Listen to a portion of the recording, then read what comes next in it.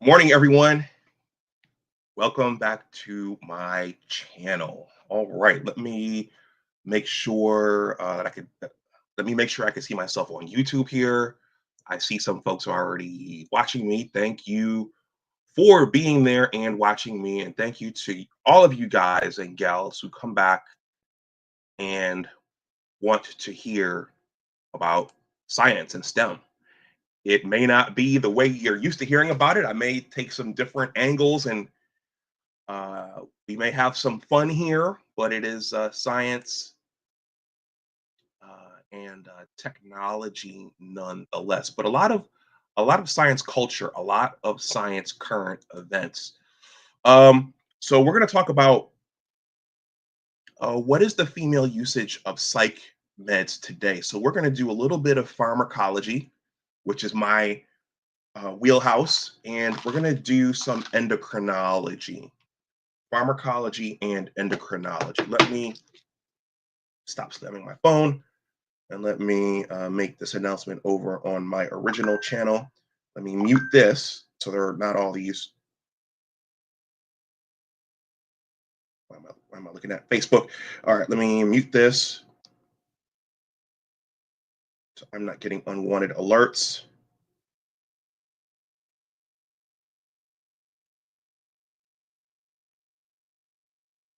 Okay. Now, unfortunately, there's another more. Get out of there. There's another much bigger, much popular content creator who is live right now, who I'm cool with. But shout out to LJ from Savings Minus Debt. Forget all that. Content is content. So in other words, it doesn't matter who's live on what channel. Make your own content and let the rest fall. Let the chips fall where they may. All right. Let me see. Create a post. I'm live on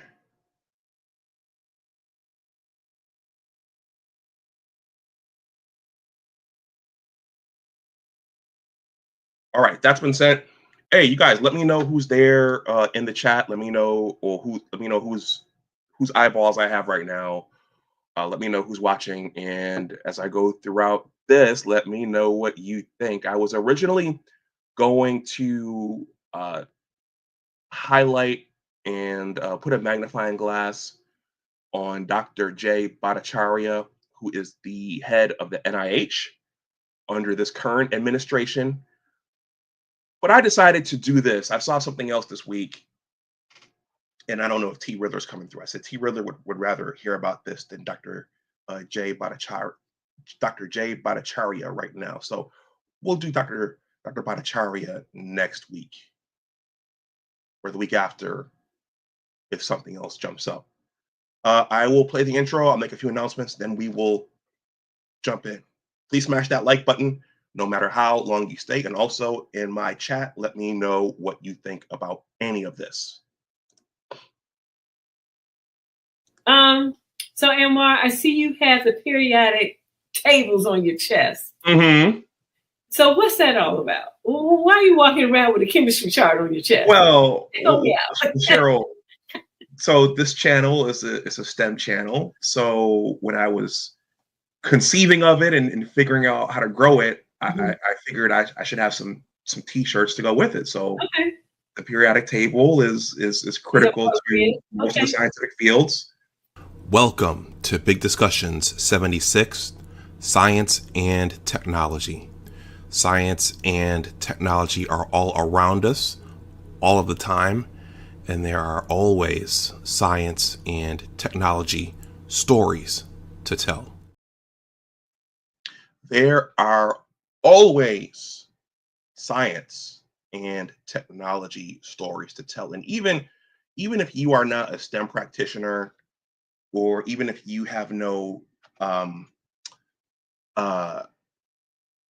dream of being a STEM practitioner, it's still important to understand the science, because if you are a good citizen doing your duty, your civic duty, you are a voter, okay? You are a patron of these massive businesses and conglomerates that we have in this country and in the world, and you need to be informed on what's going on: the who, what, the where, the when, and the why. Science is everywhere.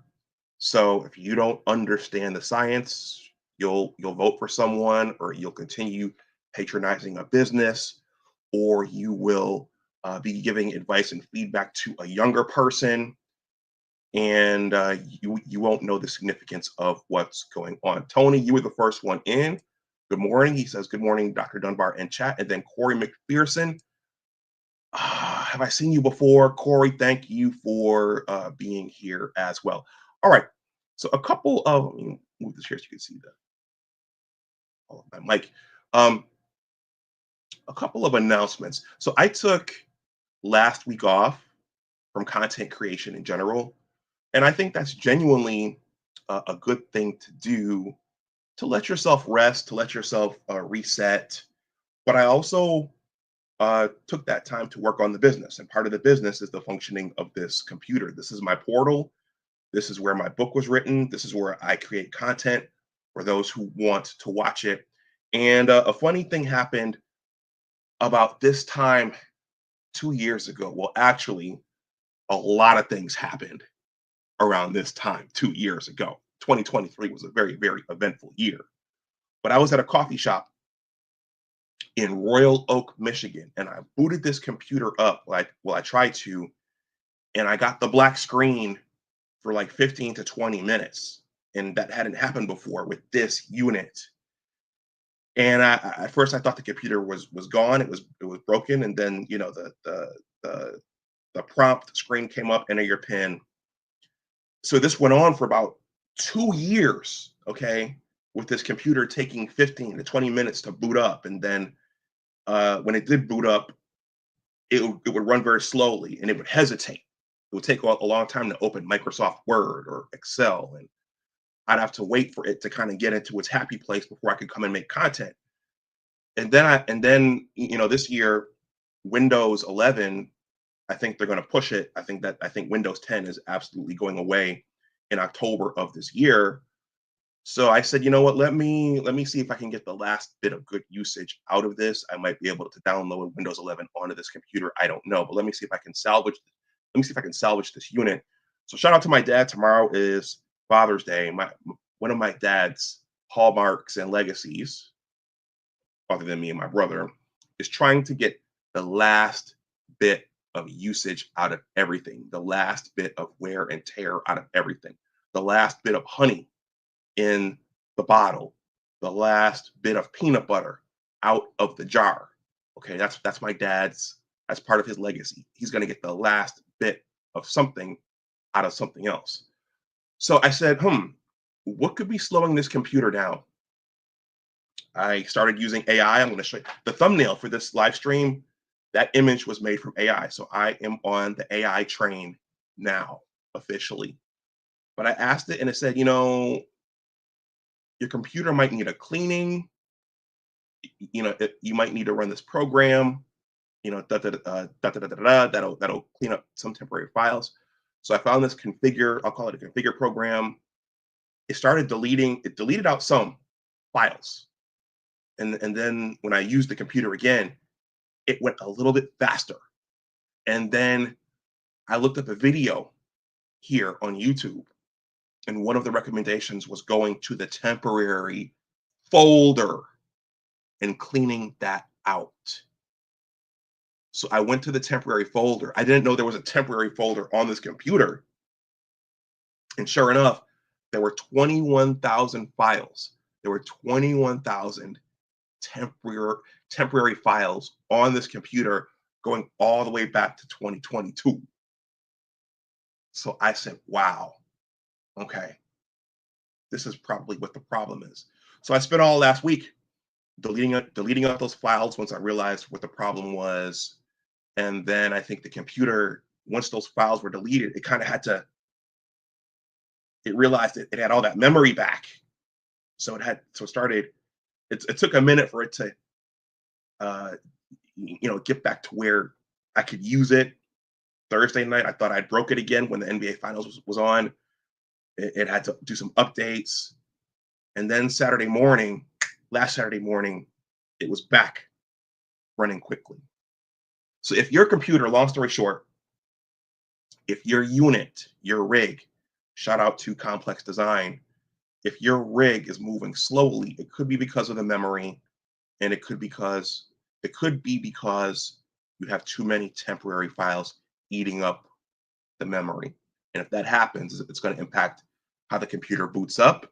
It's going to impact the computer's performance once it does boot up. And I think that will impact the ability of the computer to update itself.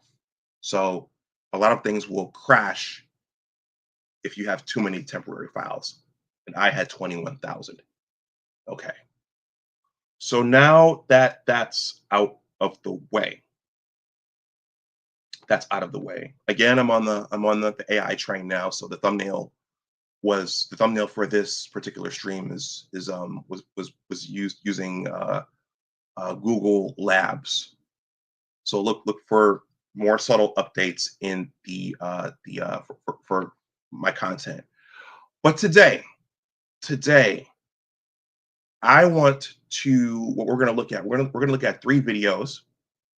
I'm hoping not to go for 2 hours. I have some other things to do.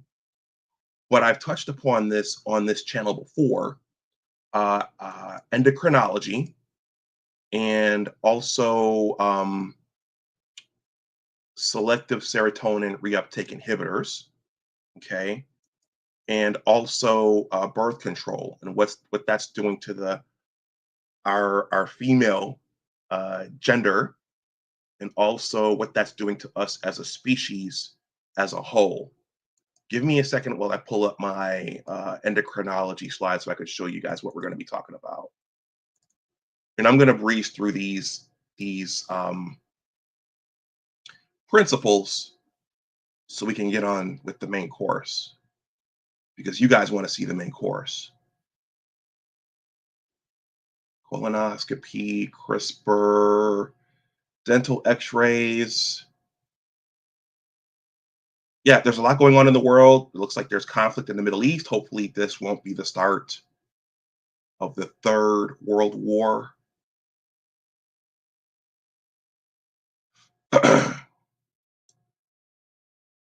Too many files. Give me a second. Let me get rid of.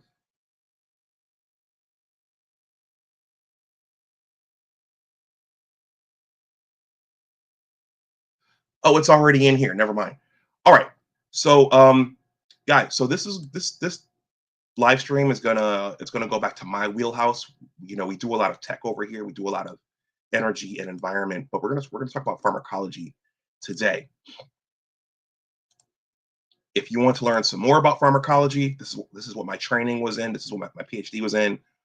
I write. You guys know I wrote a book, but this blog post is in the description box below. It was written for individuals who aren't familiar with pharmacology and who want to learn some more about it.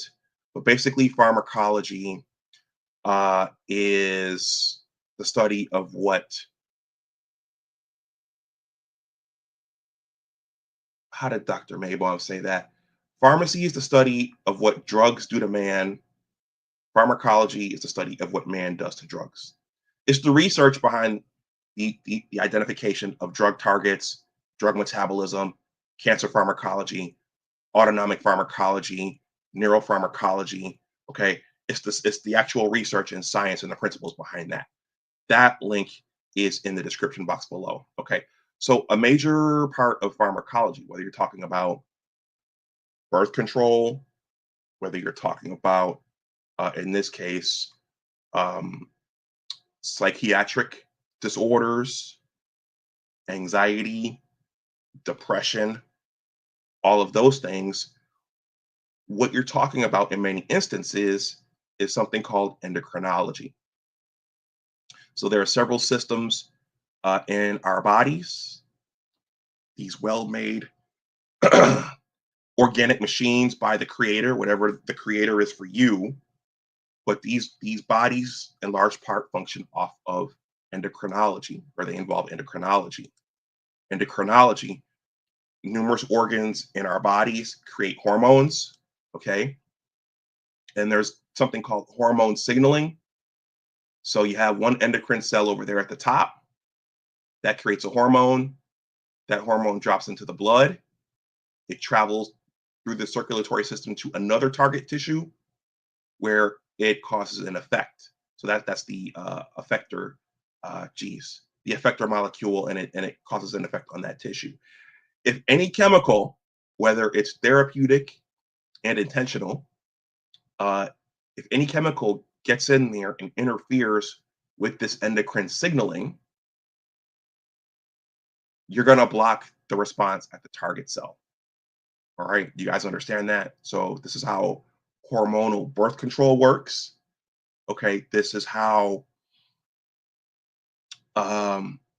certain antidepressants work. This is how gender transitioning in large part works. It's endocrinology. Okay. Now, before we jump into the psych meds and that whole extravaganza, let's revisit some of the potential effects of hormonal birth control. And the one who started this conversation is none other than former First Lady Michelle Obama. So I saw something interesting on the Real Dana's podcast. I peek over at the Real Dana and Judge Joe Brown sometimes. That's a bad word for some people because of his masculine opinions on things. I think much of what he says is practical and on point. I don't agree with everything Dana says. Okay. I don't know if you guys have watched Dana. She's an attractive woman. I believe she's a grandmother, but I don't agree with everything she says. I think her heart's in the right place. But in this particular instance, she and another woman were reacting to something Michelle Obama said. So I'm going to play this woman's reaction, just this woman's reaction.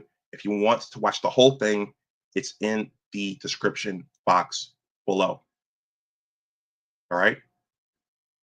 Fair use, fair use. And this woman says something very, very interesting. Hold on. Okay. This woman says something very, very interesting about birth control that we don't always hear about. All right. Fair use, fair use. Unmute. I think that women are intentionally not studied for the simple fact that women are intentionally poisoned to cause these different, health outcomes. Number one, birth control. Birth control is the death of women, whether women want to look at it or not, and they think that it's the best thing for them. Okay, hold on, guys. Okay, my antenna thing. I have my antenna thing. Let's rewind that. She said birth control is the death of women. How often do you hear that? Fair use, fair use. And guys, give me your reaction to this there in the chat. Fair use, fair use. It's a whole bunch of things, because I actually went to the podcast and read it listened to it kind of all the way through. So which is true when we talk about the healthcare industry. Women are least likely studied. Maybe when it comes to in vitro, and that's very expensive, but women are least likely research and study when it comes to our health or reproductive health. But what do you think with that? Oh, unmute. So in this dialogue, Dana kind of supported what Michelle was saying. But this woman, surprisingly, well, let's listen to what she said. And this is something we don't always hear. And it's very, very powerful when you hear these things coming from a woman. Shout out to the Equalizer. Thank you for being here, Sal. I look forward to seeing your comments. And if there's time, maybe you can come and give the benediction. Shout out to Mr. Z. Fair use, fair use.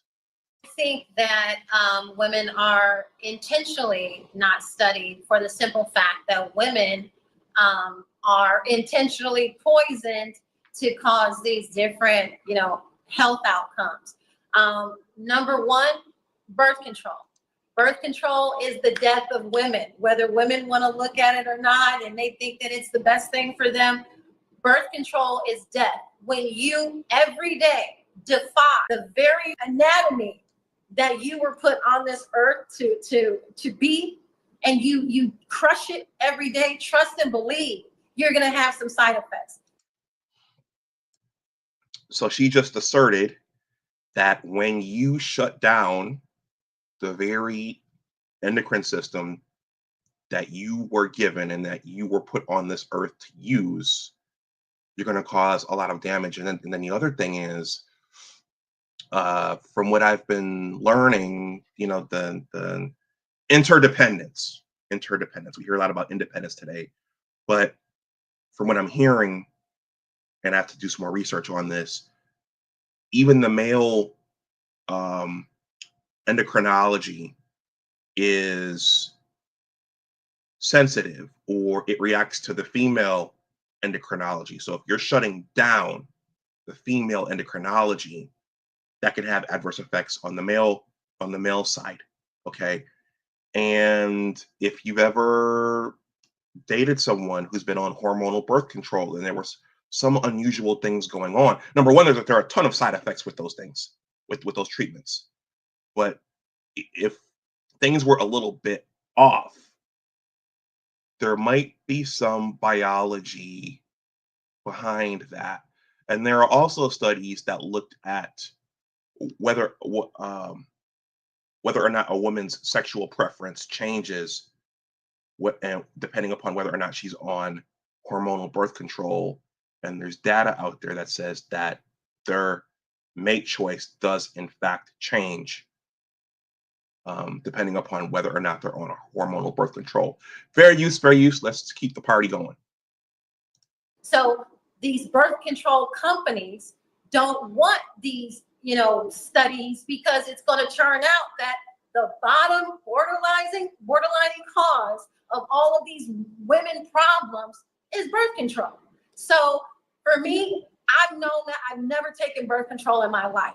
And then I have, family who started birth control, and when they had the patches, how it made them gain weight, how it threw off their thyroids, and eventually you're going to have the fibroids, you're going to get the breast cancer, you're going to get the, uterine cancer, because you made the decision to disrupt your God-given body every day for 30 years. You made the decision to disrupt your God-given body every day for 30 years. So back in my library, I did do something on Margaret Sanger, the mother of birth control, and also some would say eugenics. So she really wanted women to be able to control their reproductive cycles because she saw her mother die.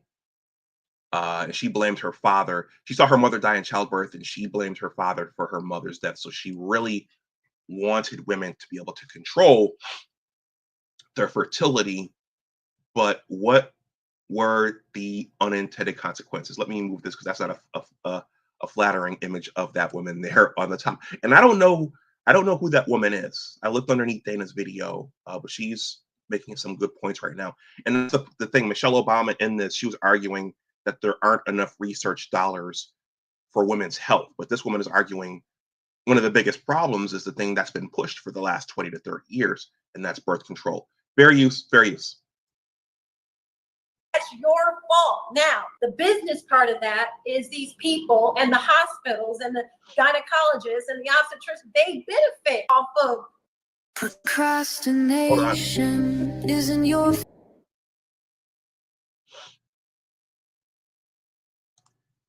illnesses of women that have these outcomes. So no, we're not going to get it until women make a decision to stop destroying themselves and allowing these things to enter their body because they want to go out and be free.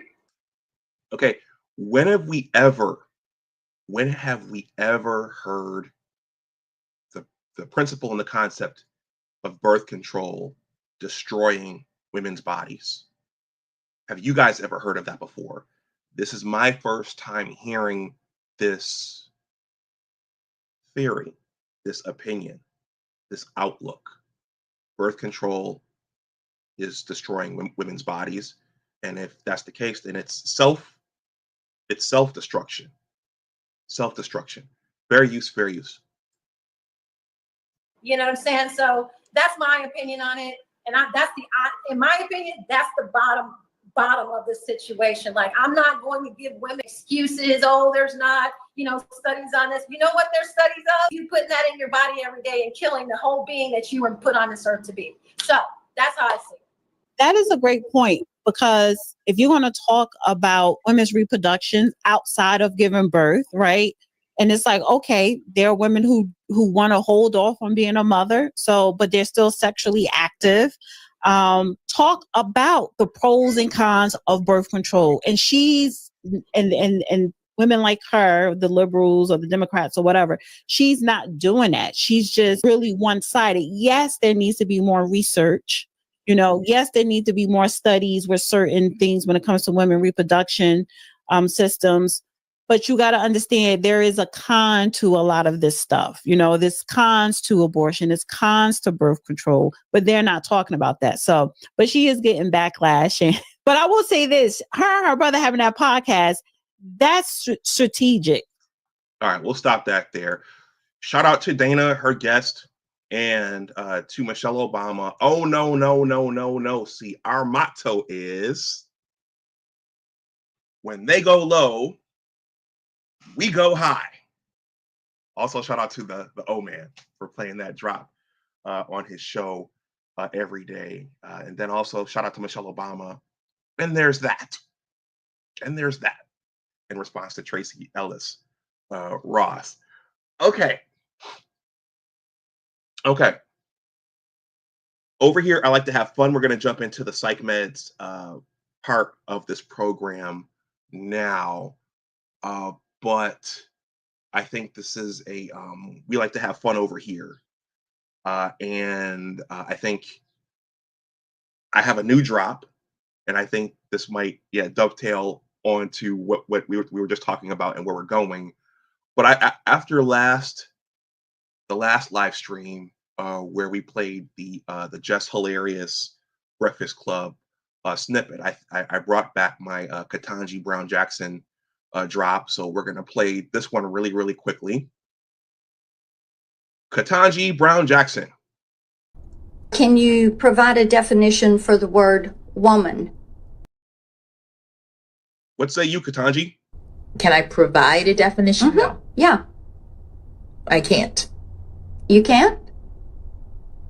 Not in Okay. this context. So you I'm not a believe the meaning biologist. of the All right. So Ketanji can't tell us, but Just Hilarious and the women on the Breakfast Club, whoever that lady was, she gave insight as to what women were and who could reproduce and how to reconcile all of this. So sometimes in science, innovation comes from an accident. It comes accidentally, innovation. And y'all Borgen, he's not here right now, but he helped create this drop. So this drop is going to become a mainstay here on Big Discussions 76, Science and Technology.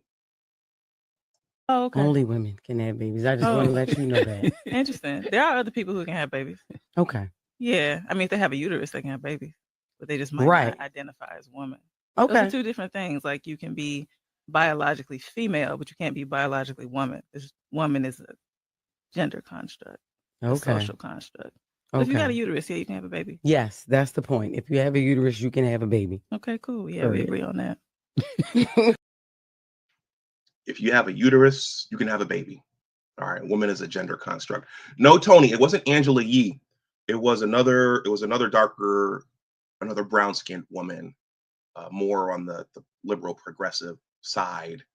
And she, Just Hilarious, brought up Mark Lamont Hill, who made his interesting comment about men being able to have children, carry children to term, and that's when they got into that whole dialogue there. Okay, so and if anyone wants to make a donation to the channel, my Cash App and PayPal and Venmo and Zelle are there.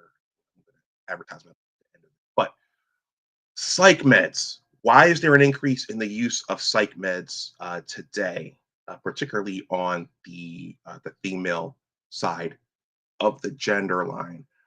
Shout out to Dr. Tiasan Johnson. I'm going to center this discussion on my discussion with the nameless protagonist a couple of weeks ago involving the Mouse Utopia experiments. Okay, if you have not watched that, you can go back and watch it. It is in my library. So I'm going to center it on that. And well, we talked about numerous things in that discussion. When Nameless comes, a lot of things are going to be talked about and deliberated, and yeah. But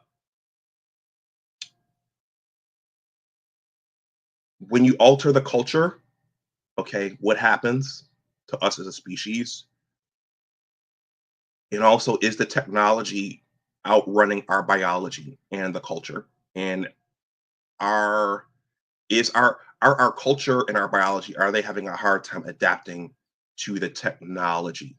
Okay, so I'm going to center this on that.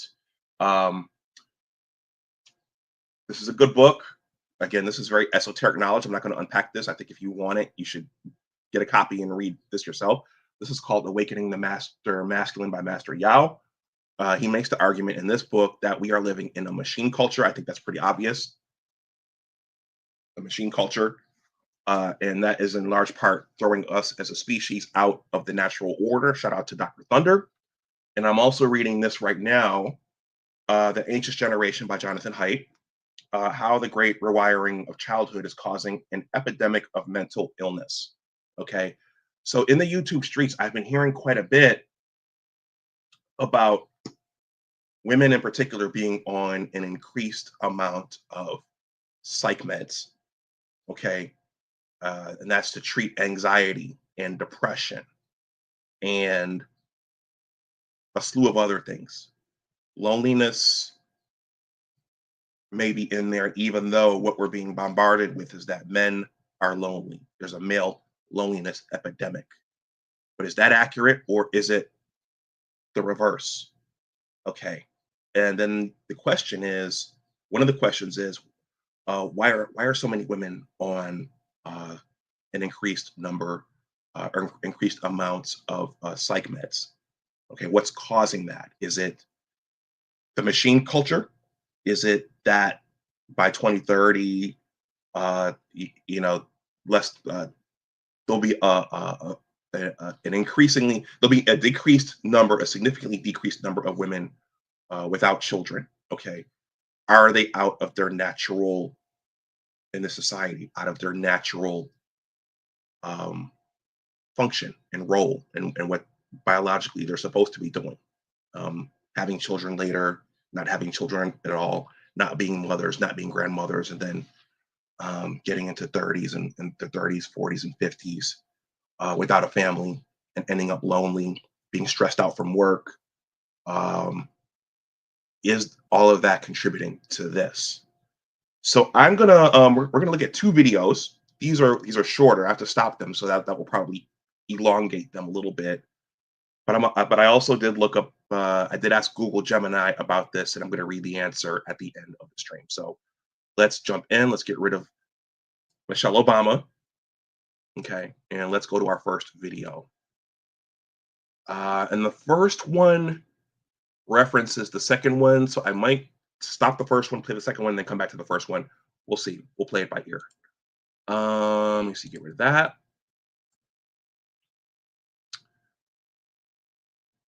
How many of you guys are familiar with Ask an Older Man?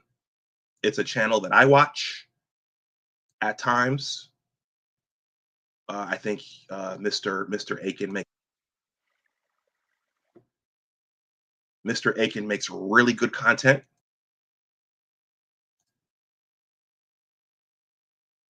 but he keeps he's an anti-feminist, and he keeps trying to sound the warning bell about the birth rate crisis and how things are kind of out of whack. So I imagine a lot of, well, we'll watch. But this is from Ask an Older Man. Fair use, fair use.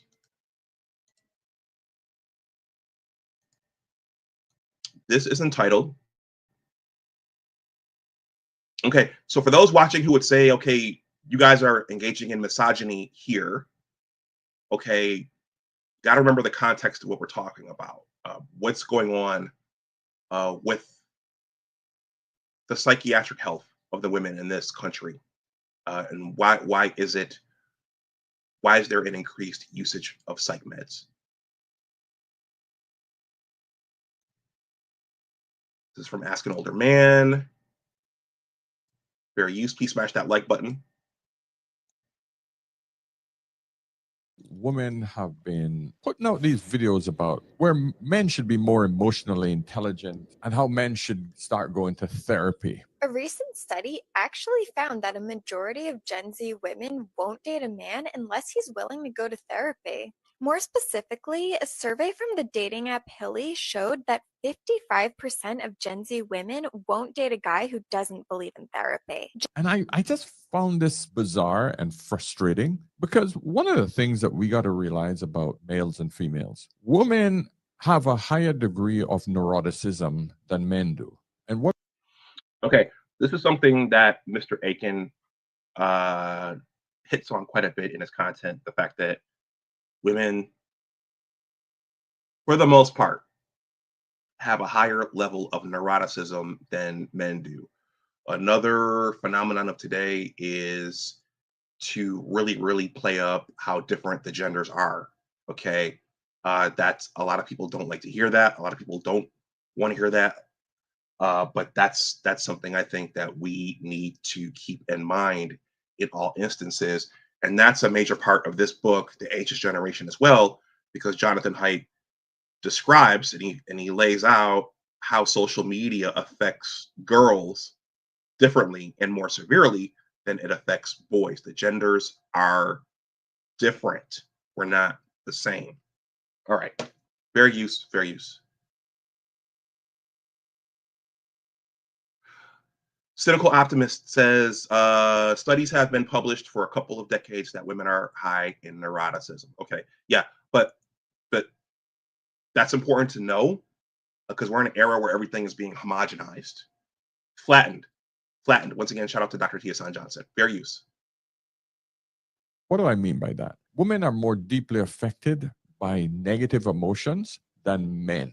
And that's why so many women get triggered very easy when it comes to negative emotion. Get it on video. Try and get it on video. This young woman is being arrested. Okay, this little snippet here is hilarious. We'll power through this one. But she's not going down without a fight. You're going to jail. You don't get to resist. 20-year-old Samantha Alonso Luna and her friends were pulled over by cops near Humboldt State University in Northern California. One of them is arrested for sticking her head out of the sunroof. And Samantha is not happy about it. Why are you being so rude? Sticking your head out of the sunroof, that's not very smart. Fair use. Sorry. That's being rude. I'm sorry that anyone You're the one that's being rude. How am I being rude? Seriously? You're about 2 seconds from going to jail for public intoxication. Do you not understand that? So I would stop talking if I were you. But Luna continues to argue with the cop. When I asked your last name, then you should have told me. That is my last name. Samantha Luna is my last name. Luna. What's on your license? Alonso Luna. Then that's my last name is Luna. The cop has had enough. Get out of the car. Are you no, I'm not getting out of the car. No, I'm not. You're going to jail. Oh my God. No, what the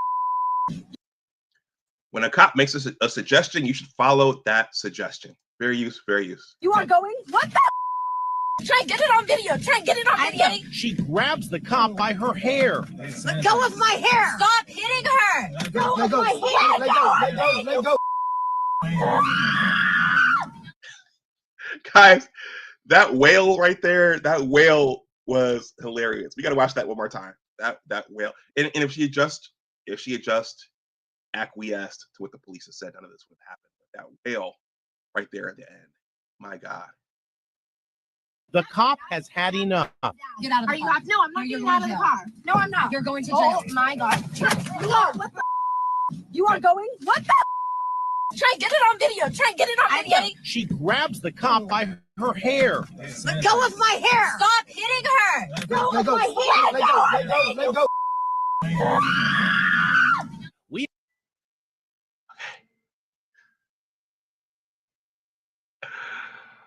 All right, let's keep going. Let's keep going. This is a 24-minute video.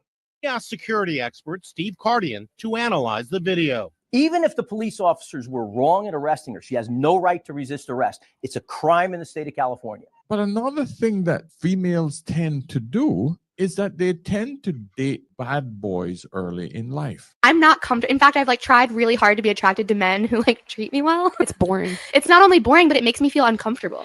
What the fuck? So you're okay. We genuinely don't cuss over here. This is not my show here is not about dating choices and stuff like that. But this is all going somewhere, guys. And for those who are here for the first time, this is all going somewhere. Where are you? You're already using ChatGPT, and while that's awesome, there is one little problem. And you know what? I don't like to date my type of guy anymore because I feel like it's really boring because he treats me so good, which common sense, you want to be treated good from a guy. But when you get treated good, it's kind of boring. And Good guys or bad boys? Bad boys. Okay, predictable, boring. Next. I hated my healthy relationship. I didn't know what I was getting myself into. Everything seemed extremely foreign to me. I even remember at the beginning of my relationship, I'm like, hey, there's a part of me inside that does not like you. I want to feel a thrill. I want to be getting my head bashed in the mattress. I want to be getting flipped upside down. And then I want to be getting ghosted the next day. I want to have my heart ripped out of my chest. And I want to do it all over again. And then some. And then when you get a little older, you're kind of like, I literally don't have time. Find a guy that's really nice. And I'm so thrown off. I really did find a guy who's super nice, the most respectful, anything I really need, he's gonna do it for you. I'm sitting there I'm the problem. So I want you to just think about it. You respond much more dramatically to negative emotion, but then you gravitate towards the very thing that is going to give you a lot of negative emotion.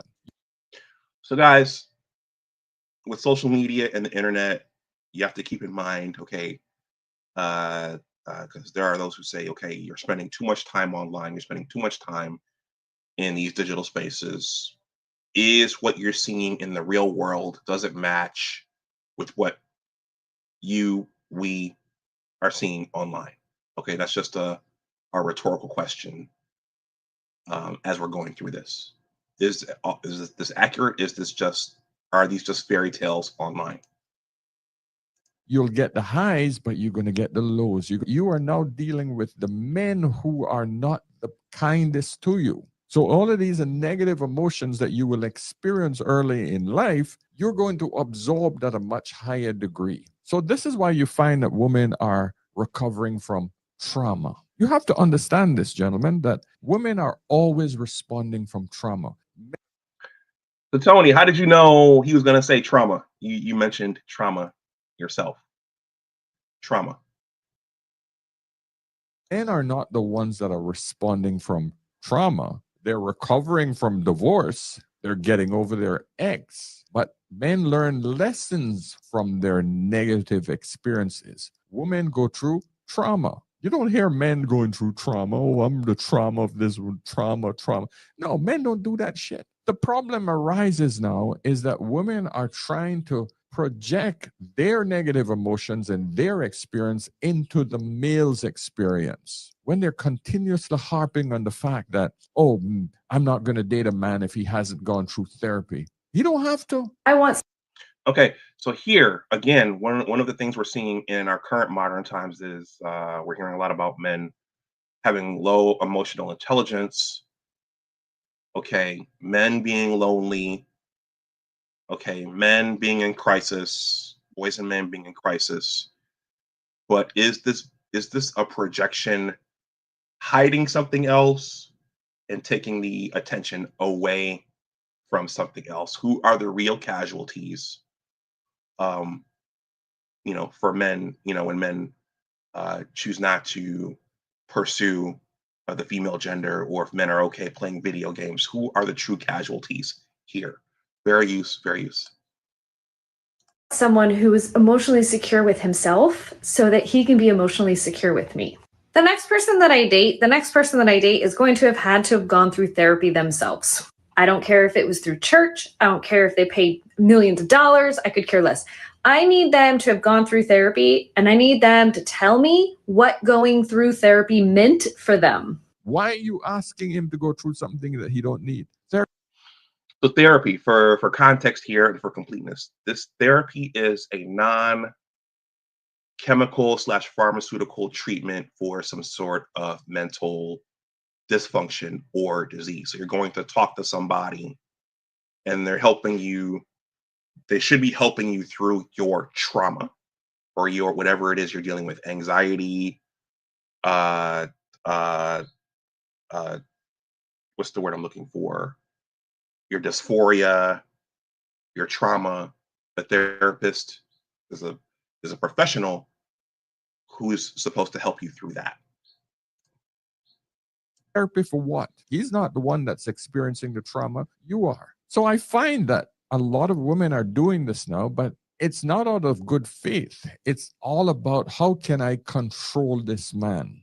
And this whole thing about, I'm not going to date a man if he hasn't been through therapy, is freaking ridiculous. So that's what we're going to get into today, my friends. Subscribe, book a session if you want any guidance, if you need any help with your relationship, with your marriage, etc. By all means, the older man is here for you. And of course, check in the description of this video, pick up one of my digital products, get out there, my friends, and make some money, because things are not going to get any easier, my friends. Okay, but I want to present one video in this segment, and this has now become one of my favorite channels, FBE Capital, and he did an amazing compilation of this exact topic that I'm talking about. But even more importantly, he's dealing with women who are on psych meds. All right, that's what we're going to examine today. Thanks, you brother. I will pin the link to this video in the comment section, and of course, I'll put it in the description. I'm not going to play the whole video, but the introduction is priceless. It just summarizes everything so beautifully.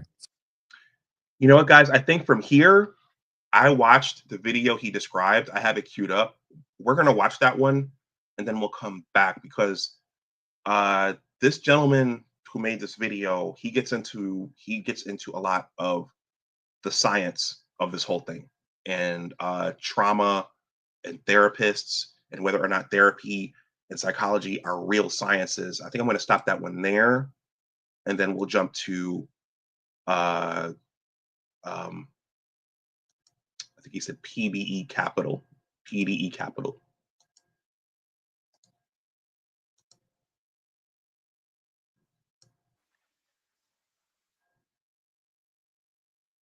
You guys keep letting me know what you think about this. Okay.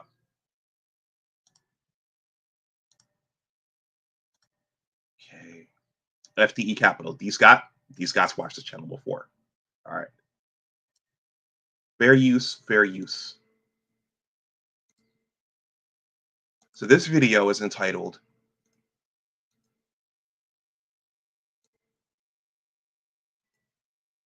"The Big Lie of Men Need Therapy When Dating, Shaming Men with Therapy and Toxic Masculinity." Okay. So for the misogyny people out there, this might be, you might see this and think this is misogynistic, but we'll look at what's been saying. Okay, is this is essentially the Spider-Man meme, where two sides are pointing at each other and saying it's you, no, it's you, no, it's you, no, it's you. What's really going on here? Fair use, fair use.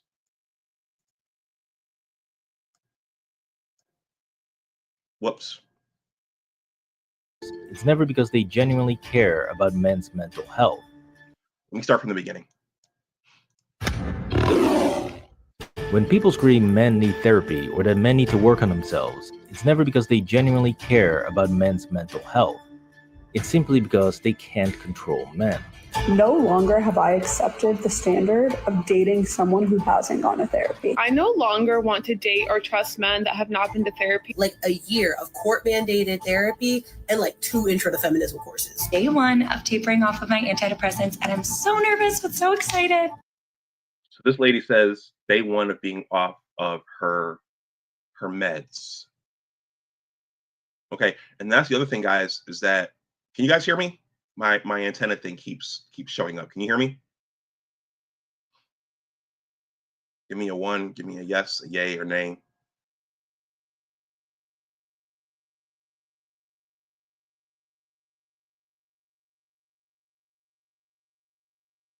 Thank you, D. Scott. D. Scott, let me give you a wrench. And that's something else I just thought about. You can't look at someone visually unless their behavior is odd. You can't tell if they're on antidepressants or not, unless their behavior is that off. Here, you're looking at a pretty blonde woman. Looking at her, guys, would you think she's on antidepressants? Okay. It's like everything got worse.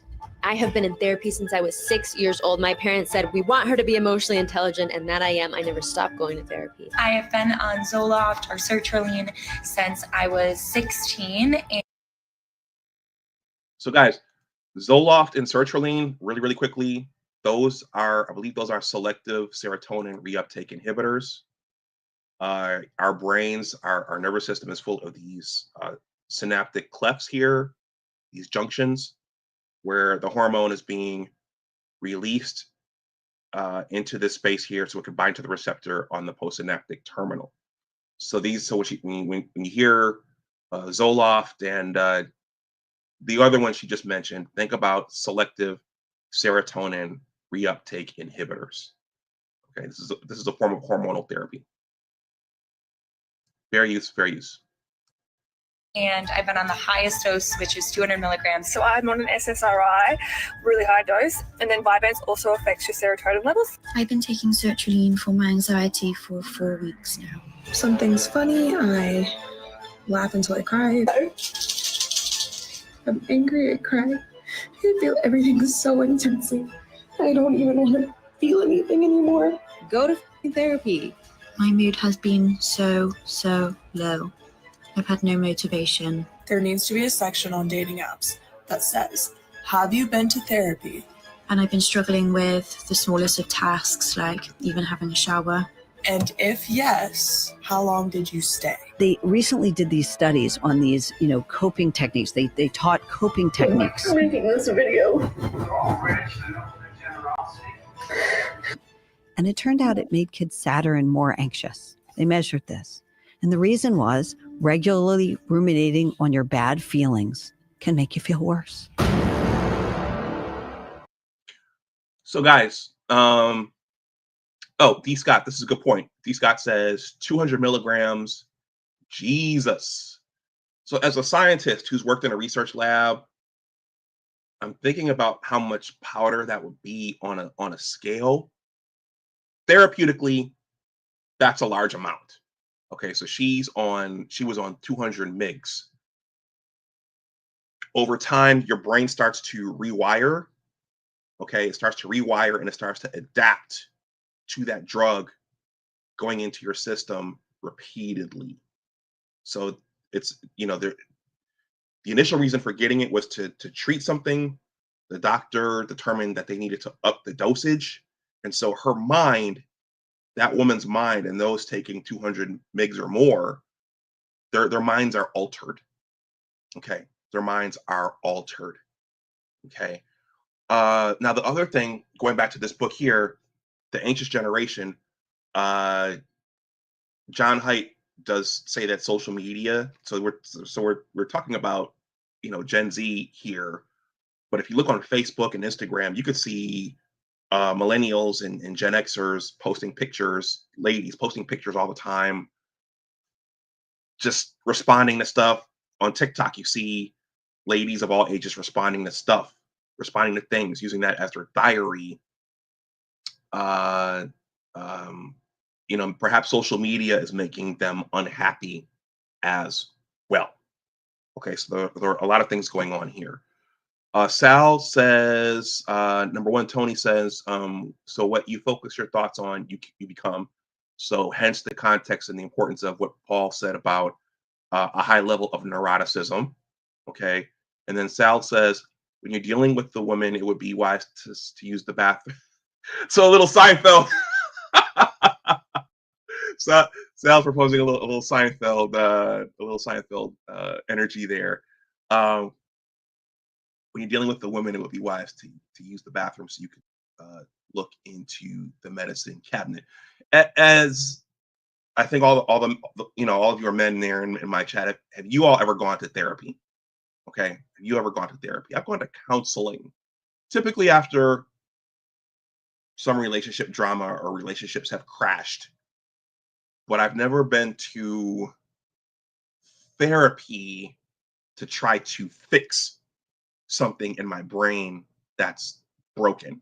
I've never done that. But let me know what have you guys ever gone to counseling or therapy? D. Scott said, that's why this stream caught my attention so much. I've looked through. We got a lot of Jerry Seinfelds out there. I've looked through those cabinets and looked up what they were taking. Many I didn't see again. Also Ambien. That's a sleep medication that makes you go to sleep. So I remember when I was at Michigan, I met someone. Her life was kind of dramatic and chaotic. I think much of it was self-inflicted, but she was on Ambien, Zolpidem. That's a sleep medication. Okay, fair use. Yes, boys, they love saying it. Men need therapy.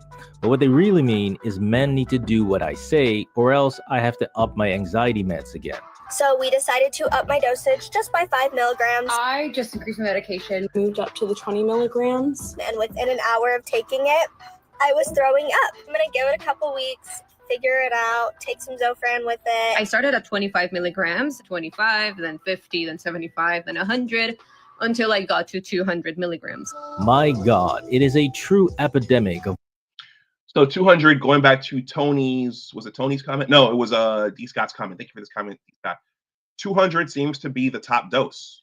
Okay, so that woman there, she had to titrate up to get some sort of, I guess, the relief she needed. But remember, the brain, when you take these molecules, your brain is rewiring because it's adapting to those neurons firing off. Fair use. Of biblical proportions out there, with millions of young women not only in therapy, but also hooked on a whole host of anxiety meds, ADHD meds, and weight loss meds, which is obviously a perfect cocktail for disaster. So I'm on an SSRI, really high dose, and then Vyvanse also affects your serotonin levels. So when you combine them, for me, not good. Yeah, no shit. So I don't know what we're going to do next. Probably go back to Ritalin. These women are getting milked harder than a dairy cow, with most therapy sessions easily costing well over $100 or even $200 per session. And I said, boring. Thanks for that advice. Here's $250. Wow, $250 a session.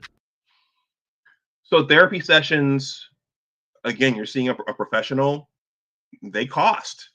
Okay, they cost. Those are not free. And so if you think about being a working class professional, in this instance, those ladies probably have college debt also to pay off. That's a pretty expensive lifestyle.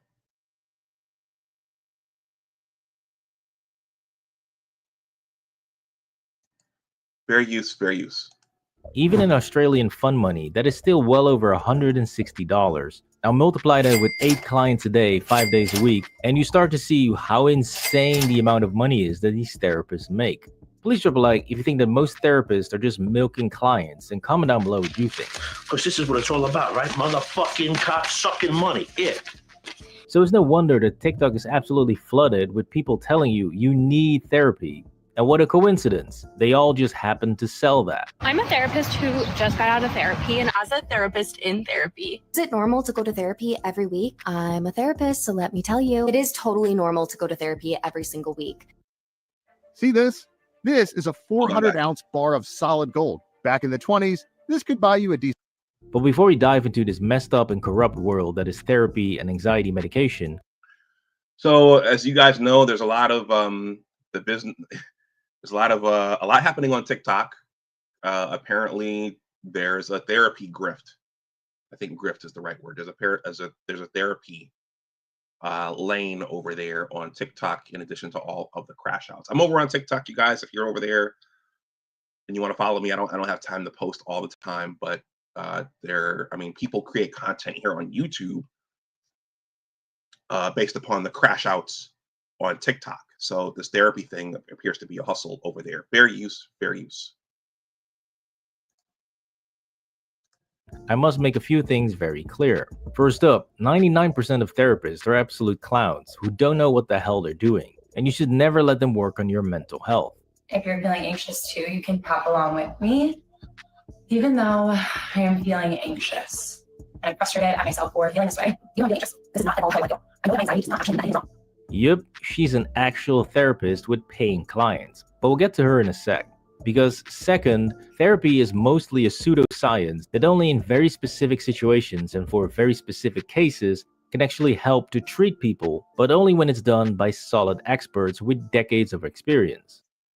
Now, I thought this was interesting. I decided to show this part of it because this is a science channel, and he makes the argument that therapy is a bit of a suspect.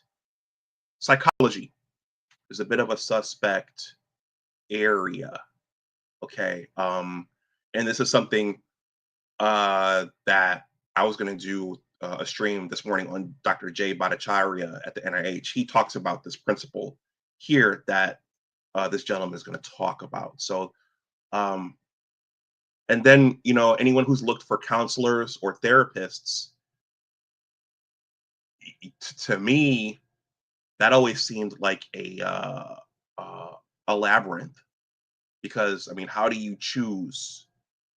Who do you know is going to help you? Who do you know can help you? There's always, is your insurance going to cover it? It always seemed like a lake of quicksand looking for someone. But as he's going to describe, it's pseudoscience, and many of these people are not qualified to do much. Fair use. Jibba Jabba said, Zoloft put my girl in an emotional roller coaster. It took a year to wean her off it, and she's better off and more even. Cynical Optimist says, as I've told my friends, you cannot medicate your brokenness. You must interrupt the patterns of dysfunction. Okay. Jibba Jabba says, I appreciate the comments, guys. Diet change really helped. No junk food. Those 6 months, self-reflection and photography changed my life. No pills needed. Fair use, fair use. I just went to my first therapy session because the demons finally won. I found this girl, we jumped on a call, and I really liked her. Like, we got along immediately. And then it wasn't until the next day that I looked her up. I did some research, and I found out that she was 23. Classic. And 3, most importantly, in order to be an effective therapist and provide real benefits to clients, you actually need to be an exceptional human being with an extraordinary mind, which is almost never the case for 99% of therapists out there. I am feeling a little more anxious this evening, so I'm just noticing that. I had a few minutes between clients and I accidentally really triggered my nervous system and my wounding because I found myself down a rabbit hole of looking at someone's Instagram that I shouldn't have. Okay, so she triggered herself by looking at someone else's Instagram. Okay, this is someone treating someone else. And then once again, is the social media, is it really wrecking the female gender? And based upon what I see, wow, it's kind of hard to argue against that based upon what I see on Facebook and Instagram. And I don't mind. There's so much on TikTok I haven't seen yet, but I think that's a resounding yes. It's wreaking havoc on that half of our species. Okay. A lot of chaos today. A machine culture, a machine society. Woman here is barely functioning as an adult, but somehow she's going to help you deal with your mental problems. Even though I haven't found my person yet, I know that I am worthy and I am wonderful, but I don't have to be mean to myself. Right. It is clear that we are living in a world where anxiety is the new in vogue word, and everyone tries to convince you that it's somehow the worst thing ever to have, when in reality, you need anxiety. It actually keeps you safe, since anxiety keeps you engaged and thinking about potential dangers. However, just like breathing in oxygen and expelling carbon dioxide, it is perfectly normal, but hyperventilating is a complete disaster. But if you're the kind of person that gets really overwhelmed by a text message, if I'm getting my hair done, I have foils in my hair, I literally start to get anxiety. Numbing down your anxiety with these meds or constantly reflecting over and over again about how anxious you are and how every little thing gives you more anxiety is only going to make your life miserable.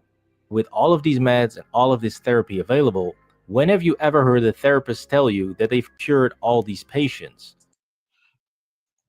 So if you are, a rhetorical question here, if you are a man who is lonely and then getting someone who's dealing with this in your life, is that going to help or make things worse? Yeah. Is that going to help things, or is it going to make your life worse? Bringing in someone who's dealing with all of this. Just a rhetorical question. If you ask a real doctor, they can give you precise stats on how many patients they've had and how many were cured, even telling you how many died and how long they lived before they died. However, therapists can't do this because they have no idea. They almost never actually cure someone. That it's sometimes polluted by scientific fraud, where data, analyses, conclusions, and even research participants have been created out of thin air. They simply don't exist. And patients simply stop coming because either it's not working or they run out of money. Not to mention the fact that millions of people end up worse than they were before going to therapy. You should not be in therapy for an extended period of time. And I'm a therapist that's saying this. I'm Dr. Joseph Wittering, and I run the world's largest practice dedicated to helping people come off psychiatric medications. Psychiatric medications, these are not a cure. They do not fix any kind of chemical imbalance. This is just marketing slogans, not scientific fact. In fact, the way these drugs work, every single one of them, is by masking the symptoms that the person is experiencing. And so Okay, so there you go. It's not these medications, the sertraline, the Zoloft, these are not cures. They're just masking something. So you're just taking something, kind of like having a drink, or getting high. I remember I was involved in something that I didn't want to end, and I remember one night drinking myself to sleep, and then when I woke up the next morning, those feelings were still there. The alcohol had worn off. But I think I realized, you know what? No matter what you're feeling, you can take something to mask the pain or mask what's going on. But once that wears off, those feelings are still there. So you either have to get over them or find a way to just deal with it, or figure out how to improve your life. Fair use, fair use. So these are all TikTok. These all look like TikTok accounts here. Women screaming men need therapy don't actually care about men's mental health. They are simply frustrated that the men they are interacting with don't do what they want. We are living in a gynocentric world that views everything that women want to feel and do as perfect, while at the same time they despise how men want to feel and behave and dismiss this as toxic and evil. These people preach about compassion and empathy, but completely fail to understand that men's and women's biochemistry is totally different, which means that we want to interact in this world in a different way. We don't want to form friendships the same way women form friendships, and we don't want to interact with each other the same way women do. Many men can easily sit together and stare at a lake for hours and have the best time ever, while most women want to fire off 500 words per second and have a good crying session. So some powerful things there. Once again, we're back to men and women. Our biologies are different. Our psyches are different. We're just different. Okay, and he just described there, a bunch of guys. We engage differently. We interact differently. We get joy out of different things. A bunch of us could sit around and at the lake and just relax and ruminate and just say a couple of words to each other. And for the opposite gender, okay, in general, not in every case, but in general, that's not true. Okay. But the society needs to get back to understanding that, as a sexual species, you have two poles and they are not the same. I love crying. Crying could be a way to experience more joy. Crying is actually really, really good for you. Because I cry every single day of my life. And so most of these clowns on platforms like BetterHelp or TikTok will not actually help you. So I was a therapist on BetterHelp for about 3 months. BetterHelp encourages therapists to have up to 50 clients in a week. They need to do better. They really need to take care of their staff, take care of their clinicians, right? And not have to see 10 to 12 people in a day. That's crazy pants. The dirty little secret is, if you don't have a serious mental illness, such as wartime PTSD or being SA'd as a kid, then most therapy is a waste of time and money, and you are simply the perfect client for 99% of these charlatans. I'm done spending an obscene amount of money on takeout every week. Done. I'm getting back on track with Factor. Also, the incentive is for therapists to treat the least sick for the longest period of time. That's the incentive. Because you don't want the schizophrenic patient who really needs you. Right. They're really hard to treat, right? You don't want the bipolar patient. Right. Some people will refuse to see those patients. See, they're great at holding your hand and making you feel all warm and fuzzy inside, but in terms of actually solving serious issues, forget about it. And the reason for that is actually really simple. You see, real science is based on two fundamental principles: repeatability and reproducibility. And especially the social quote-unquote sciences have struggled with this for centuries. In fact, it is well known in psychology specifically that 40 to 50% of all studies cannot be replicated, and this number is only increasing. So in the Dr. Jay Bhattacharya live stream I was going to do today, and the footage of him talking with Peter, I can't think of his name, from the Hoover Institute, he did say that as well, that the problem with a lot of science today, the way we peer review science, no one's checking to see if these studies reproduce. And I imagine for the social sciences, for psychology, that's very, very difficult as well. I'm going to play that part again because it gets to what a hard science is, what a quantitative science is, versus something a little more nebulous and fuzzy. Cynical Optimist says, although my life coach believes in certain forms of therapy, he always said, you do therapy not because something is wrong with you, but because something is right with you. How about that, everybody? Thank you for that, Cynical Optimist. And he says, although my life coach believes in certain forms of therapy. Okay, so that's a double. YouTube gave us that twice. Let me replay this part again.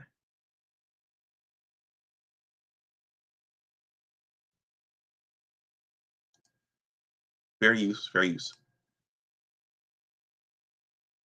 Whoa, I don't want to go back that far.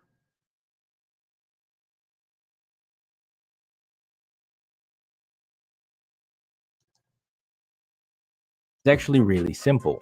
You see, real science is based on two fundamental principles: repeatability and reproducibility. and especially the social quote-unquote sciences have struggled with this for centuries.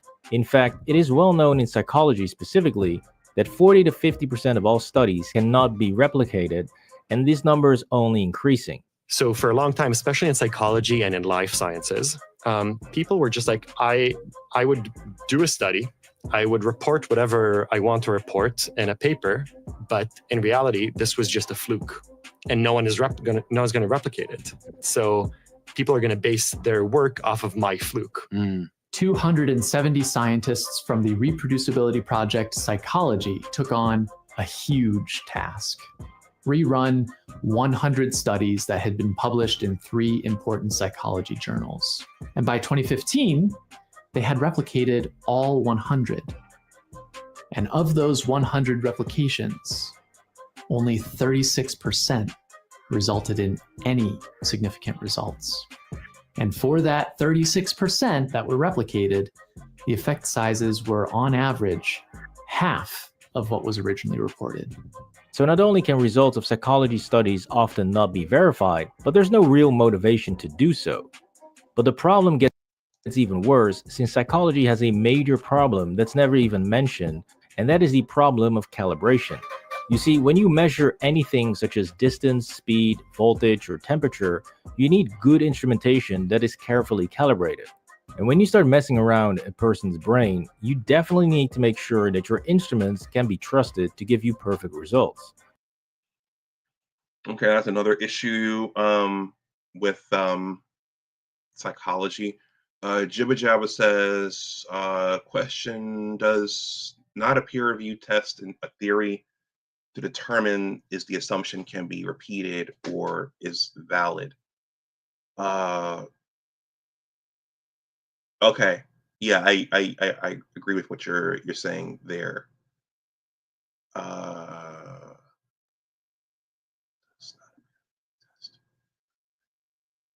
Yeah, so I think that's the whole point, that no one's checking.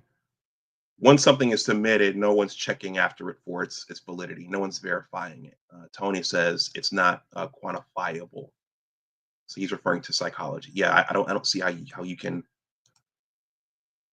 quantify that field other than taking surveys and asking people how they feel and whether or not they feel better or whether or not they feel cured. Fair use, fair use. This video is just about over. Well, in therapy, the instrument that you're using is another person's brain, such as this one. I have been on Zoloft or sertraline since I was 16, and I've been on the highest dose, which is 200 milligrams. Or this. So that lady, she was probably in her mid-20s. Looking at her, she said she was on Zoloft since she was 16, and she's been taking the highest dose. So her brain is completely rewired now. If she's been on since she was 16, looks like she's in her mid-20s.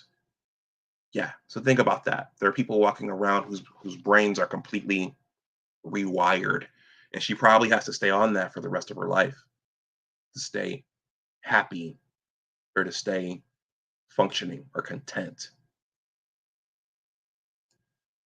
Fair use, fair use. Is another person's brain, such as this one. I have been on Zoloft or sertraline since I was 16, and I've been on the highest dose, which is 200 milligrams. Or this one.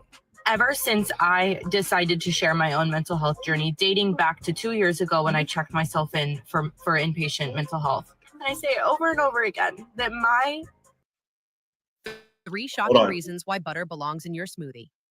The reason butter is called butter is lived experiences enrich. Yeah. Do you really trust any of these clowns with your mental health, or that they have the capacity to perfectly analyze or treat another person? Particularly these serotonin antidepressants like the SSRIs and the SNRIs, they can cause a condition called tardive dysphoria, where long-term people will start to develop this feeling of being very blunted, having low motivation, some cognitive impairment, and high background anxiety. I have been on Zoloft or sertraline since I was 16. Hell no. Because when a surgeon breaks his leg, he can still perfectly supervise a surgery or even conduct the surgery himself with the right equipment, since his knowledge or technical abilities have not changed. However, an individual who breaks their brain is in no place to treat or even analyze another person, since clearly their instrument is no longer perfectly calibrated to measure correctly. And this problem becomes clear when you see that most of these therapists can't even separate simple things such as politics from their sessions. Okay, this is very interesting here. This ends with bringing politics into therapy sessions. A lot of people are snapping out and crashing out these days over politics. Okay, I'm sure there are a lot of people, particularly on the liberal progressive side, who are feeling it every day with President Trump being back in the White House. So you're not, apparently, and also with therapy, you're not supposed to bring politics into it. Okay. Shout out to Abdul Gaines. Happy early Father's Day. He says, I totally believe these ladies are on psych meds at unprecedented levels, and many more who are not on them need to be on them. They have embraced so much toxic behavior. Yeah, Abdul, but I think one of the things we're teasing out here is the psych meds. Are they making things worse? And what's causing the need for these increased amounts of psych meds? So those are some of the questions that we're asking. But once again, happy early Father's Day to Abdul. And those of you out there who are fathers, that generation, I'll put this in here. That generation, they look at, I know my folks give me a hard time about being single. My mother just harangued me. Actually, she did it in a nice way last Sunday about, are you dating anybody? And it's like, no, right now I'm focused on my business. But think about the possibility of bringing someone into your life just to have someone in your life who's dealing with these types of issues. Okay. You'd be inviting chaos into your life just for the sake of having someone there. So it's a very, very complicated soup today. Very use. Let's finish this up. Therapy shouldn't be political. Therapy is political because no matter what you try to do, there is a world outside of your therapy room. One of the most violent things in the field of mental health therapists can do is continue to remain apolitical or have a neutral stance. If you get shot and start bleeding on the streets, you do not care what politics the doctor has that saves you. You just want to live. And the same holds true for anyone dealing with serious mental issues. You simply want to get rid of them and stop suffering. This is why, unless you have a serious condition, you should not even be considering therapy. And if you do, you need to make sure that you are actually dealing with a skilled professional with decades of experience and not some millennial toddler. When you deal with the death of a loved one, the best case is to simply accept that it will hurt and that you will be in pain. So you should take time to grieve. You can cry, you can curse, or you can vent your anger in any other way. But after a few weeks, you will need to move on and accept the fact that this pain may never fully go away. That is simply life. There's not a single animal on this planet that's immune to death, and many of them have strong social bonds, which makes losing a family member hurt just as much. But they do not have decades of therapy sessions or heavy doses of medication to deal with it. They simply mourn intensely, say their goodbyes, and move on. Because in the end, that is what life is all about. Stay safe, guys. This was the big lie that all men need therapy. Please drop a like on the video and subscribe to the channel for more videos. So that was the big lie. Hold on.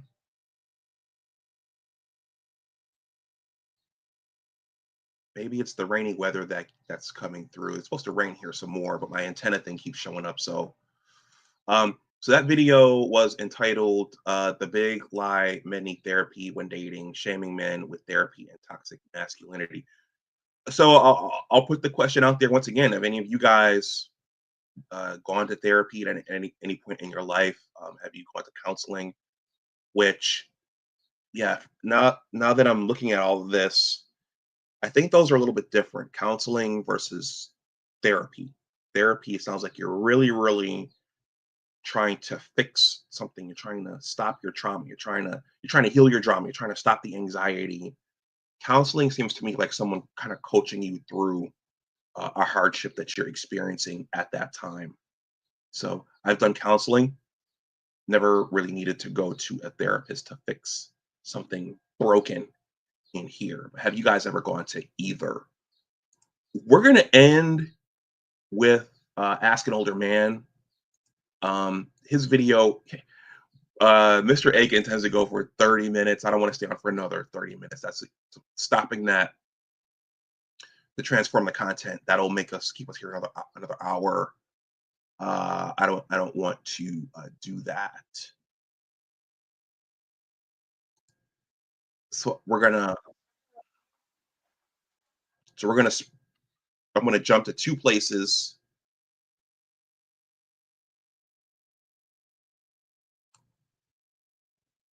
In his video, then I'll try to transition us to the end. Cynical Optimist says, brotherhood and being in nature, we were our therapy growing up. It was therapeutic. Okay. This is an interesting, he plays numerous clips in this offering. This one I think is very, very interesting.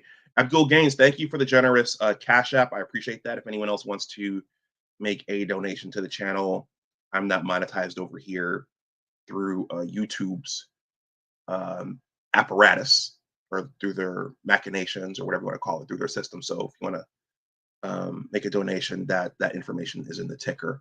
All right, let me bring this back up.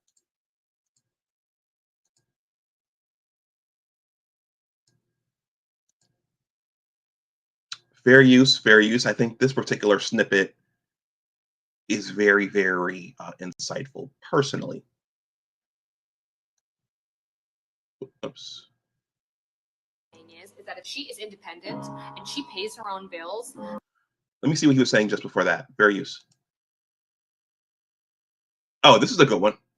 This is a good one too. By this lovely Indian woman, or she might be Hispanic.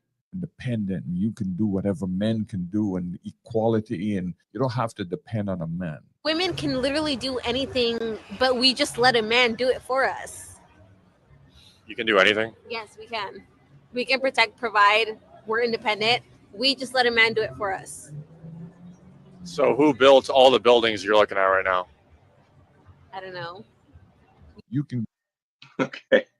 Guys, that one is worth replaying again, because that's much of what we're facing today. Is we can do whatever women can do, whatever men can do. We just let men do it. And then at the end, he asked her, well, who built these buildings here? And she said, well, I don't know. So very, very vacuous, silly, and nonsensical. Fair use, fair use. Equality, and you don't have to depend on a man. Women can literally do anything, but we just let a man do it for us. You can do anything? Yes, we can. We can protect, provide. We're independent. We just let a man do it for us. So who built all the buildings you're looking at right now? I don't know. You can go. I don't know. And work. You don't have to be at home. You don't have to be a nurturer. That's not your role. You can go out and work just like men.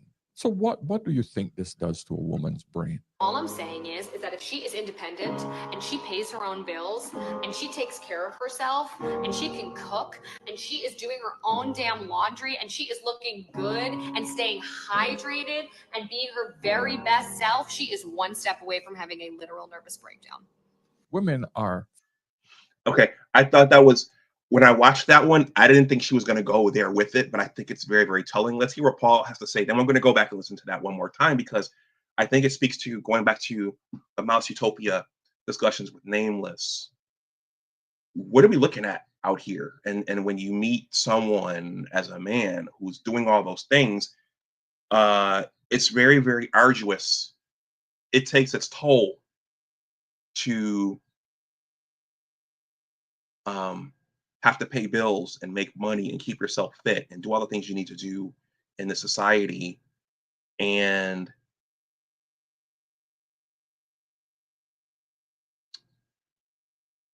men are work. We've traditionally been the workhorses. Okay. We've traditionally been the workhorses. So we're kind of designed to carry a high load and to shoulder a large burden. But are women designed to do that? And so when you meet someone who's doing all these different things, what's the toll on her? That's what I'm getting to. What's the toll on her? Okay. And from what we're hearing, it's tremendous. And were things meant to be this way? This is where we are now, but were things meant to be this way? Let's see what he has to say. Then we're going to listen to that Asian woman one more time. Physically weaker than men. Her body cannot go through the vigor and the stress like men do. They have a higher degree of neuroticism. That means they break earlier under mental stress. There's a reason why we cover women's eyes when they see horrible things. Men are designed to freaking look at other men getting their throats slit and eyes gouged out, and that's why we love freaking combat sports. We can handle that shit. Women, they're not designed to handle that stuff. So she's out of whack psychologically. And then socially, women are not taught to contribute to society socially. Women are taught to earn their own money, be independent. What does that mean? Be independent. Be independent of who? Be independent of men. Be independent so that she don't need a man. So technically, she's not building for anyone else. She's building for herself. So socially, she's not contributing anything to society. And listen, I've heard all the content creators say the same damn thing. Okay. If you want to hear more, Paul makes content like this every day. But I want to go back to this Asian woman in the bathroom and the spandex. So I think this is again, it's powerful. It's one thing for men to come on and say this. You get accused of misogyny. You hate women. You hate Black women. If only your mother heard what you were saying. But it's different when you hear a woman say this. So I think what this Asian woman says is very, very telling and prophetic. Fair use, fair use. You can go out and work just like men. So what do you think this does to a woman's brain? All I'm saying is that if she is independent and she pays her own bills and she takes care of herself and she can cook and she is doing her own damn laundry and she is looking good and staying hydrated and being her very best self, she is one step away from having a literal nervous breakdown. Women. Thank you, Chinese, Japanese, Korean, or Vietnamese lady in the spandex in your bathroom mirror on TikTok. It's all going down on TikTok, guys. So, yeah, you gotta,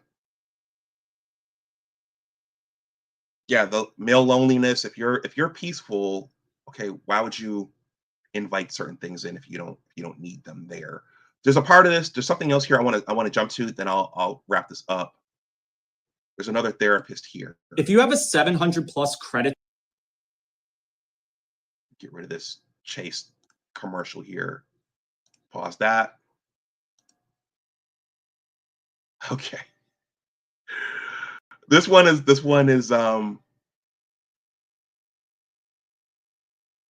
you know what? We'll play this one too, because in our modern construct, traveling is a big deal, taking trips is a big deal, and you see money creates a lot of stress, and you see ladies taking girls trips together quite a bit. So if one friend is not carrying their financial weight, that's going to cause a lot of stress. So let's watch this clip. This is not the clip I was looking for, but fair use, fair use. And Dom Perignon and bubblies and wine. Everything is the same everywhere you go in the world these days. You're not getting any better Dom. You're not getting any better brunches. And lo and behold, if you're going on your own, It's not really that nice because you have no one else to recall those experiences with. So I'm never traveling with this girl again. So we didn't get to experience one thing. We were here for 5 days and literally she didn't pay for one drink, one thing of food, one activity. Nothing happened, but she wants to buy like what is this? What type of bag is this? Hold on, guys. All right. I want to capture this. Let's go back. So guys, yeah, traveling is expensive. Traveling is a very, very important is a very, very important activity to ladies today, and traveling costs. So you can't take everybody with you, but in this particular instance, she brought her girlfriend with her, and it sounds like her girlfriend didn't have any money. Very, very stressful. So I'm never traveling with this girl again. So we didn't get to experience one thing. We were here for 5 days and literally she didn't pay for one drink, one thing of food, one activity. Nothing happened, but she wants to buy like what is this?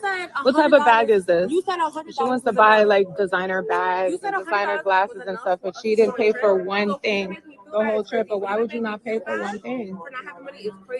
And she stole my clothes. I'm done. No, you should have never came out here. You should have never came. Why would you even come? Why would you even come? We didn't do anything. We did nothing. Okay, but how's that my fault? Because you're broke. But as a friend, I'm not. Why are you broke? Why are you broke? Don't do that. Don't do that. Why are you broke? You got a chain on. You got a chain. But you could have looked out for me though. Okay, but you could have helped me, right? And then I would have paid you back. But literally, you've been eating off my money the whole trip though. Like, aren't we friends though? So I'm wrong. This is the worst person to travel with. Anybody knows this person, do not travel with her. Do not travel with her. As far as I'm concerned, this is why so many women are on meds and so depressed. Add to the fact that they're lonely and don't have a man, that makes it 10 times worse. Tell me. So that's something that, as a man, okay, I'm going to be discreet here. You can't take everybody in general. You can't travel with everybody. You just can't travel with everybody. Everybody doesn't travel well, quote unquote. Some people are disruptive on trips. Some people don't bring money of their own. So they kind of leech off you, and the money you could have spent doing something, you're paying for their meal. All that in that was depicted in that little video there. As a man, one of the things that the opposite gender likes is when you travel well. Okay, so that rate's very high. That rate's very high. And that's stressful if you go on a vacation and you have to pay for someone else. All right, this last clip, I'm gonna wrap it up after this. Gets back to the natural order. Shout out to Dr. Thunder and the Mouse Utopia, because are we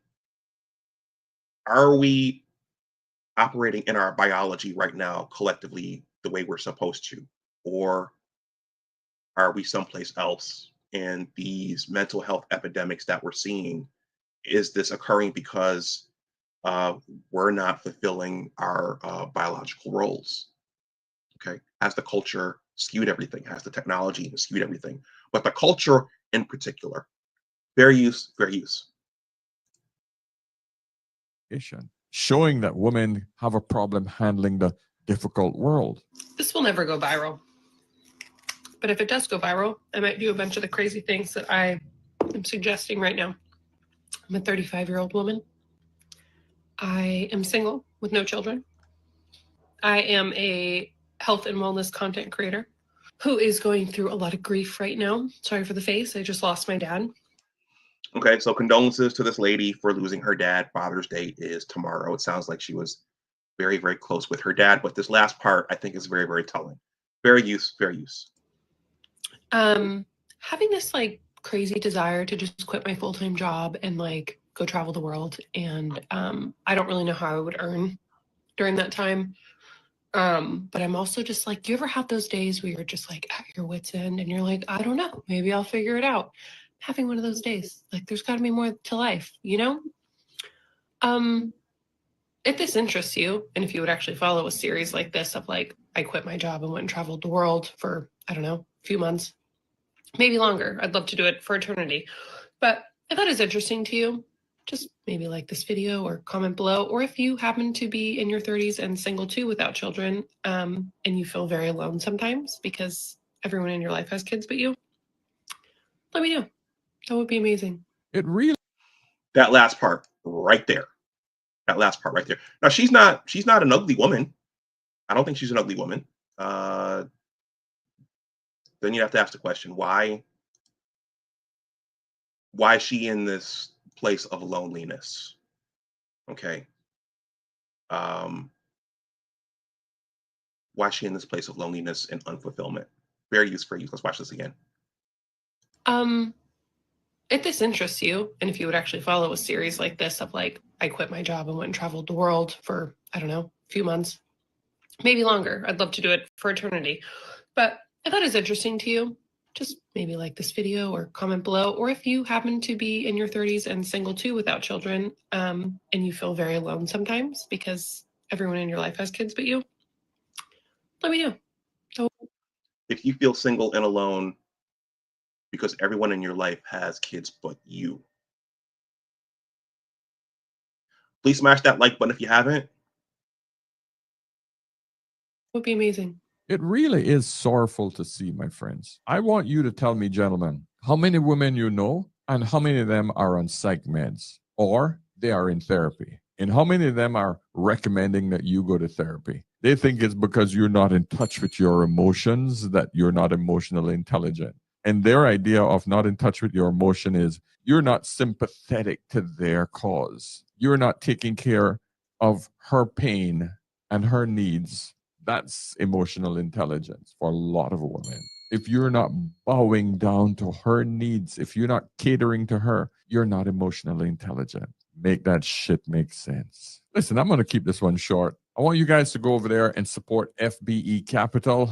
It's an awesome channel. And of course, book a session if you guys need any help, my friends. Okay? So until tomorrow, remember, my friends, whenever in doubt, always, always ask an older man. All right, guys. So shout out to Ask an Older Man. He makes really, really good content. He puts it out every day. I wish I was in position to put content out every day, but I have my 9 to 5. Oh, Sal's still here. Ask an Older Man he's encouraging everybody to start getting on the AI train and he's encouraging people to start making content because it'll be a source of income and something to do as things go on, as the artificial intelligence and automation gobbles up traditional jobs. So I've started using AI. I'm early in my journey. So I did look this up. I've started using Google Gemini. So I did look this up. And I did ask Google Gemini about women in therapy and psych med usage. So to anyone who's looking, to those people with the cone-shaped hat who's saying, Dr. Dunbar, why are you worried about this? You're engaging in misogyny. This is something that I've heard about a lot in the YouTube streets. They're not talking about it a lot on the outside, but psych meds, depression, anxiety therapy. If a large part of your population, okay, we're a sexual species, a large part of your population, particularly on one side of the gender line, is needing these services and these treatments, then something is really, really wrong. Okay. And it's not good for all of us. So I'm going to go back to my search string from Google Gemini. I'm early in my AI journey. And I asked Google Gemini. Okay, let me go back to the original, the other search string. Okay. So I asked Google Gemini, what percentage of women are using selective serotonin reuptake inhibitors? So it's this class of drugs. This class was talked about all throughout those 2 videos that I just showed. Selective serotonin reuptake inhibitors. Serotonin is a tryptophan derivative, if I recall correctly. serotonin.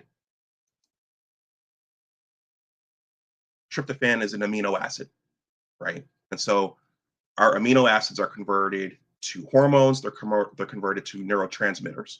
Okay, so serotonin is a neurotransmitter in the brain, and what selective serotonin reuptake inhibitors do is they go into that synaptic cleft right there, and they blockade that 5-HT channel.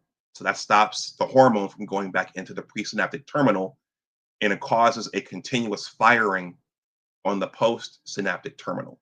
Now, what happens is the body, particularly the nervous system in those terminals, those postsynaptic receptors, they eventually downregulate. So it's the body's attempt, its natural attempt to downregulate that signaling. So that causes that's your brain adjusting. The same thing happens with cocaine, okay, with dopamine. Okay, but let me go back to my AI here so I can wrap up. So what percentage of women are using SSRIs? Okay, data from various studies indicate that women use SSRIs and antidepressants in general at a higher rate than men. Here's a breakdown of some key findings. Overall antidepressant use. Okay, during 2015 to 2018, 17% of women in the United States used antidepressant medications in the past 30 days compared to 8.4% of men. That's from the CDC. You guys can use Gemini and look this up yourselves. Please smash that like button. If you're not subbed, please consider subbing. If you want to make a donation, my information is there. This trend has been increasing with women's antidepressant use rising from 13.8% to 18.6% between 2009 and 2010 and 2017 and 2018. Jonathan Haidt attributes that in part to social media and the great rewiring for children, but I think there was a great rewiring that happened to adults as well, because when I look on Facebook, Instagram, and TikTok, I don't see just Gen Z and lower women. I see millennial women are reacting. I see Gen X women reacting, okay, and all kinds of things going on social media. Okay, specific SSRI use. One study found that 17.02% of women were prescribed SSRIs compared to 8.51% of men. Another report from the Healthcare Cost Institute states that women used SSRIs at twice the rate of men from 2018 to 2021. Age-related differences. Antidepressant use generally increases with age for both sexes. Okay. Among women, use rose from 10% for those aged 18 to 39 to 24.3% for women aged 16 and over. That's from the CDC. Okay, 2015 to 2018 data. Recent trends. Antidepressant use has surged since the COVID-19 pandemic, particularly among young women and girls. Okay, aside from the pandemic itself, what other things have happened since the pandemic? Okay, the monthly rate of antidepressant use increased by about 130% faster among 12 to 17-year-old girls and about 57% faster among young women aged 18 to 25 from March 2020 to December 2022. In summary, the percentage of women using SSRIs and antidepressants is significantly higher than men, with rates often around 17 to 18% nationally, and even higher in older age groups. Recent data also suggests a notable increase in antidepressant use among young women and girls. That's from Google Gemini. All right. There was one other thing I was going to look up, but I think I already answered it. We know what serotonin is. We know what it does. We know what SSRIs are. We know what they do. We know that their therapy is not a hard psychology is not a hard concrete science. And it seems as though there's a lot of projection going on now. And then I think the question we need to end with is why is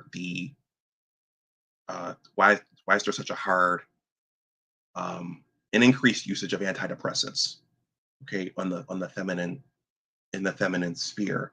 Sal, do you want to come give the benediction? Shout out to Mr. Z. He's on right now. He's probably going to go until 6, 7, 8 o'clock tonight. I'll be somewhere doing something else. Sal, if you want to give the benediction, the StreamYard link is there for the equalizer. And then I will wrap the stream up. I'm trying to think of, did I miss anything? It usually comes to you about an hour after you finish streaming, if you don't write it down. Is there anything else that I wanted to show here? Again, everybody, this is a piggyback off of the Mouse Utopia. I'm going to center it on that. Today we talked about mental health, pharmacology, endocrinology, society, culture, what's happening to all of us now. Okay, so Sal's going to come and give the benediction.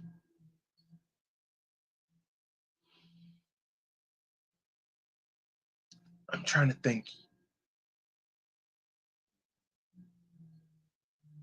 Yeah, Father's Day is tomorrow. Salute to the fathers out there. I've said this numerous times in my content. It's a very, very different world than it was when our parents were young. Pairing off, mating, and dating and procreation and legacy creation, that's all changed in many ways for the worst. And I think that we're in a lot of ways we're out of nature. I mean, in some ways this technology in this modern society is good, but I think it's probably harmed our species in a lot of other ways too. While I wait for Sal, I'm going to read some of the comments here.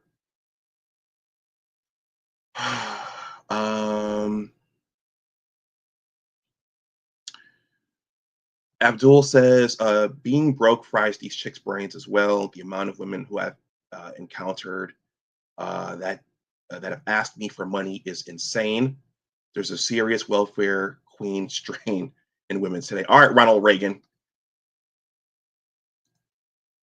I'm sorry this lady lost her dad, but it's obvious her fragile state of mind is far beyond grieving the loss of her dad. She wanted something fulfilling, but didn't know how to adequately go after it.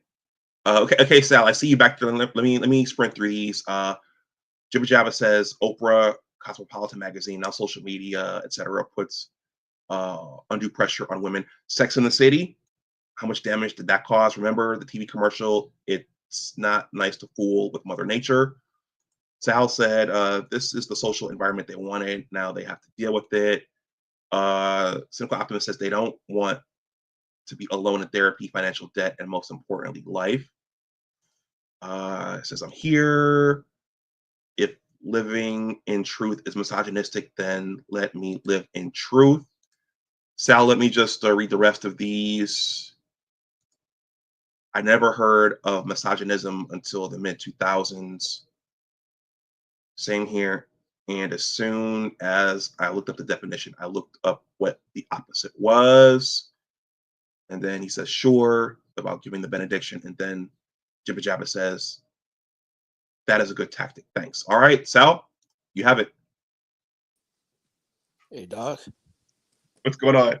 Hey, man, it was another good stream. Thank you. I mean, this is, as you read, man, this is the environment, that they claim they wanted. Obviously not having, long-term planning. So, now they have to deal with the downfall. The issue is, in my opinion, is men getting in the way of, women dealing with their poor choices. This is these women. You're an adult. You're an adult in America, and let's be real. America is, the land of the even to this day, it's still really the land of the exceptional, people, of talented people. So for whatever reason, you are not amongst the small group in this country that's thriving. It is what it is. And that's why, these women are really crashing out, especially when they see things on social media. Unbeknownst to many of them, they should know better, whether or not those lifestyles are real or not. They don't know. They have no idea. So they're seeing things that they, for the most part, don't know are real, and or they don't even understand, those various, those other, socioeconomic environments. So they feel entitled to, they feel that they deserve that type of lifestyle or those type of results without A, not being born into it, B, or not having the looks, and or not even having, the mannerisms, the grace and all the stuff that goes with it to even be in those smaller circles. So, I mean, it is what it is. And they're just fighting. They're fighting reality. They're fighting the results of their poor decisions and or wherever they were born and whatever, socioeconomic, background that they were born into. That's what they're fighting. And that's why, they're making it worse for themselves instead of looking at reality for what it is and putting in the work that needs to be done. Because one, you only get this one life, and two, being a woman, if you actually want to have a family, there is a biological clock. Even though you've been hearing for the past few years that doesn't exist. We who have half a brain know that's not true. I mean, seeing women who are 40 plus years old having children on a regular basis, that's actually not normal. And with all the information that they have access to, and they should know better because, most of them do go to their gynecologist annually. So they should know better. They're lying. Right? So this is what it is. Like, I'm very indifferent to this stuff these days, man. I'm like, I avoid, and this is my opinion. This is not the doc's opinion. I avoid losers as best as I can. I just don't want them bleeding on me. Period. In any way, in any part of my life. So that's how I see it. I mean, it's unfortunate for most of these women, but it's. I said this in 2022. I said it's over. It's over across the board. I'm not being negative. It's just, it's over. We're seeing it everywhere. Economically, socially, we've reached our peak in this country years ago for the average person. So it technically has been over. It's just that, the Band-Aid has been lifted off, and people are pointing their fingers everywhere else instead of looking at the environment for what it is and looking in the mirror. So here we are. And those who don't, it isn't gonna get any better for them. So that's how I see it. Okay, one last thing before we wrap up. What are your thoughts on the male loneliness epidemic, quote unquote? I just think it's pure. A lot of males or men are being pragmatic. That's what I think, because you don't really hear males or even boys really complaining about being alone. You don't really hear that. You're hearing this from the women because they're projecting. Not to say that these guys don't want to, interact with women, but a lot of these women, they are not. First and foremost, they're not physically healthy. Jesus, look at them. Most of them are, sadly. And then, as we just saw, many of them are not mentally and emotionally, healthy. So it would only be practical for these boys and men to go somewhere else or to disengage. Because what is in it for them? Do you hear that publicly when it comes to men and boys? What is in it for them? What is in it for us? It's almost blasphemy, especially for a man to say that publicly. No, but I mean, it's just human nature. I mean, it's nature, point blank, period. What is in it for me? okay, this nagging, whatever type of woman, that's not compatible with me. Because most men, for the most part, again, these women, they project. Most men know exactly where they are in the pecking order. Most men, yes, you will look at the most desirable woman, but most men are not chasing the most desirable women. Like, let's be real. But a lot of women, they go out there on these shows and on social media, and of course, the stuff is marketed through, books and commercials and movies, as if the typical man, that's what they do. But I've never experienced that growing up, period, not alone in my own personal life. And of course, that's a small sample, but, being older now, I'm over 40 now. I just turned 42. So dealing with, various type of women and, dealing with different, talking or being amongst different, socioeconomic background, people, education, all that other stuff, religion, you see a lot of commonalities. A lot of these women are just delusional. But then I have come across quite a few women who are not delusional. And if they think a lot of the men, especially in the red pill, are misogynists, they should hear these women who are grounded. They are hardcore. And they won't even waste their time with these women. They won't. I mean, before I moved out here, Italian woman, and she was well off. She was retired, still good looking woman. Her husband owned a business. She was in finance, of course. Not a basket weaving degree, right? She told me, and mind you, she has 2 sons. She said, she said, Sal, I was just in Florida with her younger son. Mm-hmm.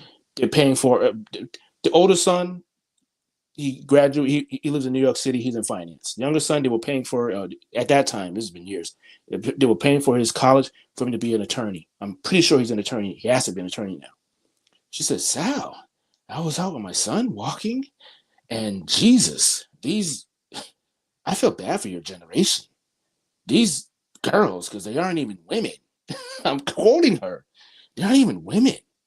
They're like walking around in gangs like they're wolves, animals, spitting, swearing. They have no class. They probably can't even cook. I'm quoting her. And I mean, of course, I'm laughing because it's like this, it's unfortunately, that's the norm. And I moved here in 2016. So literally almost 10 years ago. And it's worse. Unfortunately. So, again, that's my take on it. I think a lot of the guys, they're just being pragmatic. Of course, there are a sect of men who are lonely, but no, the majority of them are alone and they're handling their business. They're doing their thing. They have their hobbies. They're taking care of their business or what have you. They're trying to get a grip on this economy. Yeah, it's far more important than some woman who's delusional. But one, why would you bring that type of person into your life? And then especially in the environment the economic environment that we're in right now. You can't speak any reason to her. Yeah, unfortunately. Especially as I said in the stream earlier, I guess once you start talking to someone, you can start to piece things together as to whether or not they're in therapy or they're on psych meds. But with an increasing percentage on psych meds, why would you disrupt your personal peace in your life by bringing someone in who's dealing with that? Shout out to my mom. I love my mom, but we had that conversation last week. She called me up Sunday early afternoon and said, "What are you doing?" I'm working on my business, and you know what I want to hear. I didn't hear you say anything about dates. And it's like, and I think I'm getting to a point where I told her, I said, "Mom, I'm not getting enmeshed and entangled in this conversation, because it's okay. It's the whole piece about not engaging with pedestrians." I was thinking about that on the metro the other day. Okay, not engaging with pedestrians. It's not worth it to engage. And you might love the pedestrian, but it's not worth it to engage with them unless it's absolutely necessary. And then even then, it's often not worth it to engage. It's frustrating. I mean, my grandmother's been on it for, at this point, well over a decade. I mean, now her new thing is, one day you're gonna need that pill. That's what she said. That was our last conversation. And I laughed. I pretended I didn't know what she was talking about because I didn't want to get into it.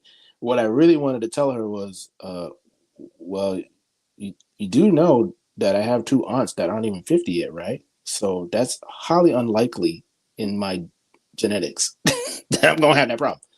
But I didn't say anything. So it's always something new.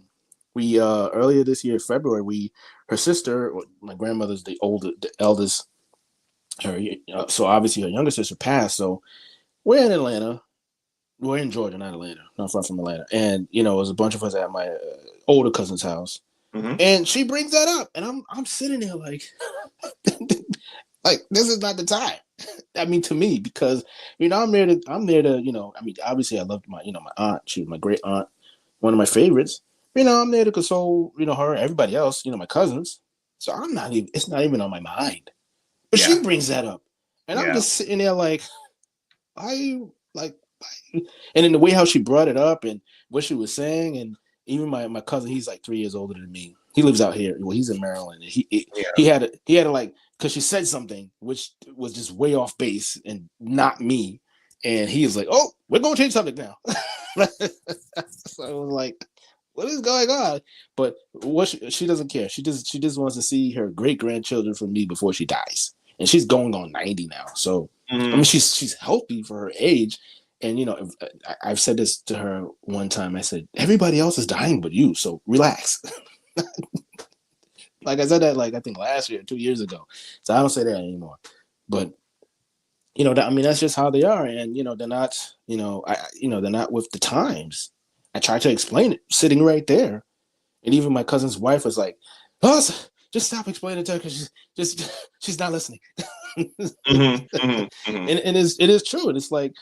I'm like, listen. She's like, well, what is it? Are you afraid? You afraid to gonna take all your money, all this other stuff? I'm like, girl, you just don't understand the environment we're in right now. That's all. That's all it is. The environment is just, and then I ended it with the women were not the type of women from your generation. That's not who they are now. Generally speaking, I said that's it. I said, for the most part, that means they're not compatible with who I am. I said, so it only makes sense for me not to deal with the vast majority of these women. Point blank, period. There's nothing wrong with me. I said, well, what happened last time when you called? I was with a lady and you spoke with her, right? She said, yeah, but I said, okay, then relax. But it's practical for guys to go on about their business. They're doing the right thing, I mean, I would obviously I want people to thrive and be happy, but we're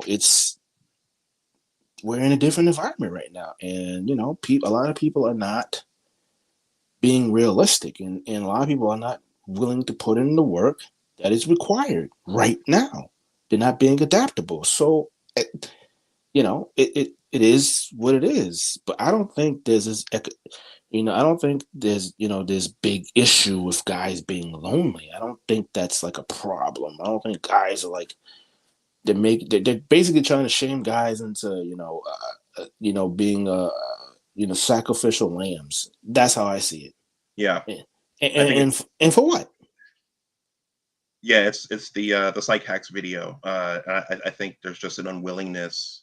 It's very, very sinister to just say what the problem is, what the problems are, what's going on, and just shine the light on what's really happening. For whatever reason, in this country, nobody with access to all the media apparatus or our political class, they don't want to say. They're kind of being forced in that direction now, but no one wants to say. It's because of this. It's because of that. Well, because they would lose whatever influence they have and potentially destroy their career. Yeah. So again, this goes against just basic survival. Again, I'm not condoning going out here lying or some nonsense, but I understand why they do it. I have the sense to see why, and then that's why I've just like removed myself from a lot of places and spaces because it's like, okay, I see it. It's very clear. I've seen it for years. And I'm tired of repeating myself. I'm not repeating myself. I'm not doing it. It's wasting my time. We'll be doing something else. This is what it is. This is where they want. These politicians, they know what's going on. They have these teams. They have people work for them. They have smart people smarter than them, giving them the information. But as being a politician, they are smart as a politician, understanding that the vast majority of people cannot handle the truth. They cannot handle facts. They know that. That's what's going on. So I understand. So politicians are being politicians. That's why I really don't get upset about politicians, because they're being a politician. I expect them to be like that. And I've said this years ago. I said, I don't look at the person who's on the stage. I look at the crowd. That's who I look at. And I look at the quality of the crowd. That tells me what's going on. Because the politician or the quote unquote leader, a true leader or a true, a really good politician, for them to even be in that position, because people have to place that person in that position. That means that population, a small sample of people, would actually have to be well informed, would actually have to have half a brain. That's how I know. So I don't get upset. You saw all the stuff that was going on in the last presidential race. Yeah. People going nuts. And I'm like, y'all going crazy with somebody that's only going to be there for 4 years, 8 years max. And you don't even know who your local politician is, who could be there for decades. Decades. You don't even know who those people are. You don't even know what they're about. You don't even know what they're signing on. And they affect you more so every single day. But you don't know about them or don't care to know. Oh, it's boring. Yeah, it is boring, but it affects you quite literally. Yeah. So, well, one of my mentors did tell me one time, for politicians, the quickest way to not get elected is to tell the truth. Exactly. So that's how that game is played. Exactly. So they're doing their job. That's why I say I couldn't be in. I'm a behind the scenes guy, because I just don't have patience, man. Like me personally, I just don't. I don't. I've tried, and let's just get to this. Especially if we know the issues, let's fix it and let's move on, because part of life, there's always going to be issues. So because I understand that, let's fix this issue, knowing that something else is going to come up. Because if we're still dragging on this one issue here, we're not moving forward. And depending on what level you're at, whether it's city, county, state, or country, there's a larger macro. And right now, we're seeing that internationally on the grand stage. Oh, the United States is not what we thought it was. And now people and citizens are finding out, oh, I'm not in the financial position that I felt I was in. So we're having a lot of crash outs. And I was literally listening to Treasury Head Bissett. He was speaking to Congress this week. I listened to the whole 4 hours. I was listening to it. And of course, guess who gave him the hardest time? Oh, I saw that. That was which lady was that? I can't remember her name. Was it the white lady or the black one? That was the white lady. Okay. And you heard how they basically booed her. Well, yeah, she fronted it. Oh, I know I'm a woman. I know you're not gonna respect me because I'm a woman. She started with that. And she said, don't interrupt me just because I'm a woman. She said, you haven't interrupted anybody else, any other men, and that's why the men booed her, because he interrupted every man before her. What are you talking about? Now people are gonna take that clip, and not because they are not someone like me who listened to everything else prior to that, and know that no, actually he was cutting off virtually every man prior to her. She was lying live. I was like, wow, the gold. But this is the environment that we're in. Mm-hmm. And they get away with that. And it's like, what are you talking about? But when the black lady got on and she started like that, I liked his response. He didn't interrupt. He didn't say anything. And then he was answering her towards the end, I think her last question, and no, it was someone else. Somebody else was next, was speaking. She interrupted the other politician, and then Percent came on. He said, "We're not going to interrupt, are we?" I'm paraphrasing him. We're not going to interrupt someone else, are we? I mean, isn't that what you said? The guy is sharp. He's sharp. But again, this is the environment that we're in. Me personally, I'm positive for my future. But generally speaking, for the general, it's over because they really don't understand like what's going on. They really don't understand what's going on right now. Like they don't understand this environment. A lot of people think, guys are the problem. Or these boys, they don't want to work. No. You guys allocated so much money to girls and women for like 50 years. I mean, come on, like, that's not misogyny. That's an actual fact. I can get the numbers per year. Like, what are you talking about? But they don't want to hear that. So what do you think is going to happen? And then you have a country like China, who you really don't own anything in China. If China decides that they're going to take it, they take it. That's their economy. They don't have a rule of law like we have here. Intellectual property laws, all that stuff like we have here. They don't. So they can move as a country. They can make changes faster than we can. That's just a fact.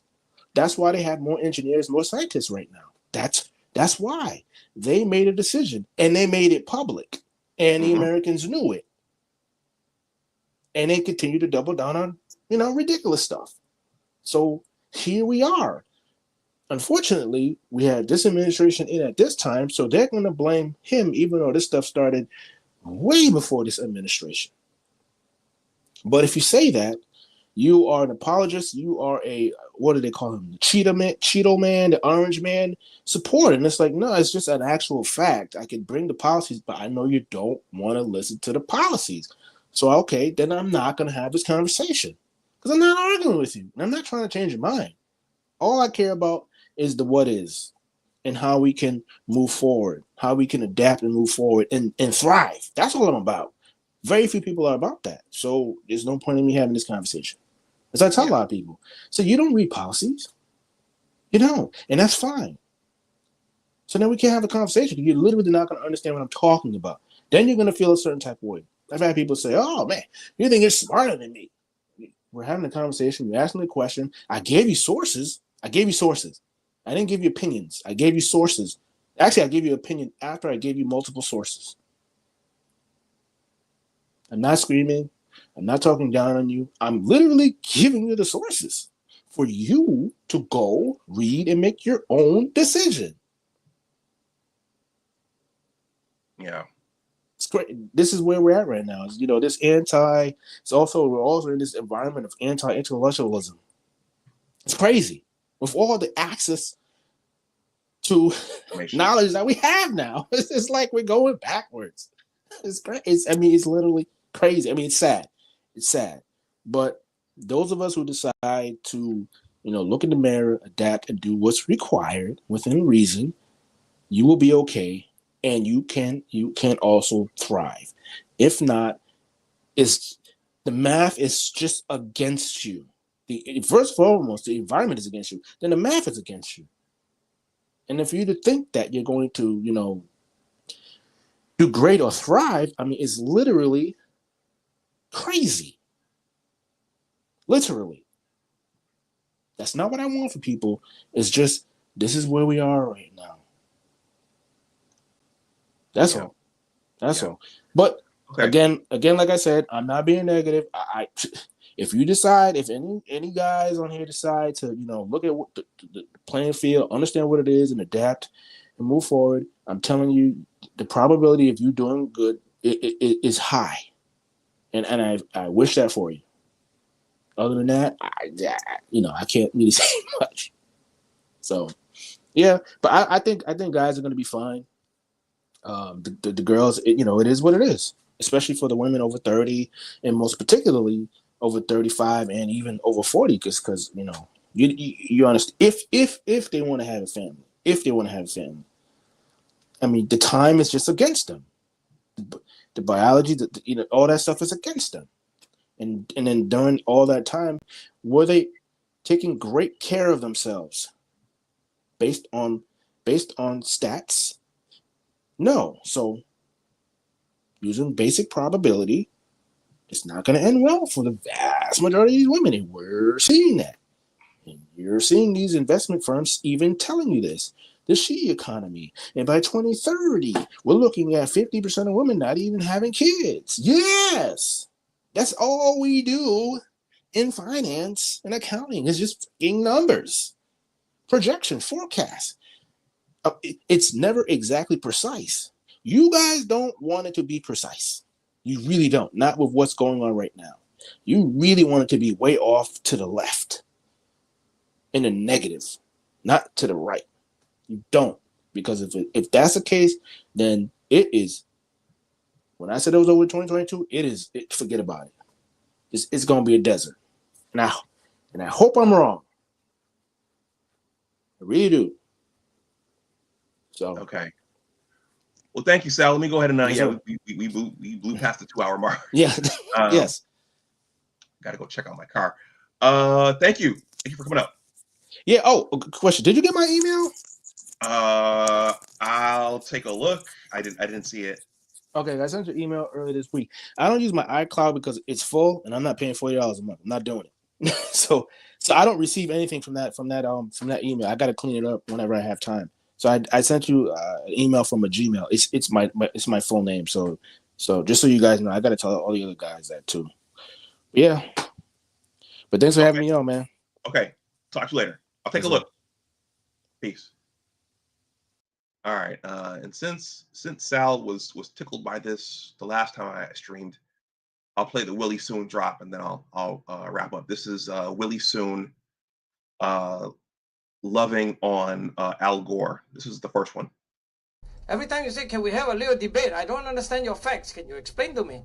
They just say, no, no, no. Al Gore says so. That's the first one. Here's the second one. It turns out that this climate is among the most misunderstood subject because Al Gore, the average D student, thinks that he understands climate. My God, it's as sure as gravity. He always say that.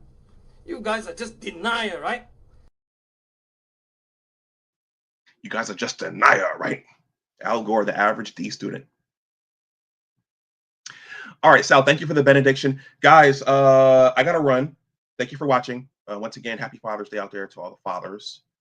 Tomorrow, my book, you guys have heard about this ad nauseum, but if you want a copy, there are basketballs on the front, but this is in large part about also changed environments and what things are passed on and what things are not passed on and the consequences of such. The hardcover for you guys, I'll sell it for $25. And the paperback, 22. Just send me a payment at that ticker down there and make sure you send me your mailing address. On Amazon, the hardcover is going for $35 and the paperback is going for $27. So I'm really knocking the price down for my YouTube subs. All right, everyone. Let me know if you have any reaction. Thank you to all you guys who hung out there in the chat for 2.5 hours here. And for those of you anti-misogyny people, we're just talking about science facts, pharmacology, endocrinology, technology to some degree, and what the results of all of this are. And it would be great if our elected officials and if our media conglomerates would say this out loud as well. But as Sal described, you got to do what's best for business. Okay, and you got to do, in the case of the political class, you have to do what will get you elected and keep you elected, as those are careers for people nowadays. All right, everyone. I will talk to you the next time. Next week, we'll probably take a look at Dr. J. Bhattacharya and NIH, but we'll see. All right. Enjoy the rest of your weekend. As always, remember that your attitude determines your altitude. Always try to do your best. Ask questions. Read books. Use Google Gemini. Don't just take what people say at face value. All right. Give me a second here. My antenna thing is back. I don't know why it's back. I don't want to end my stream by borging.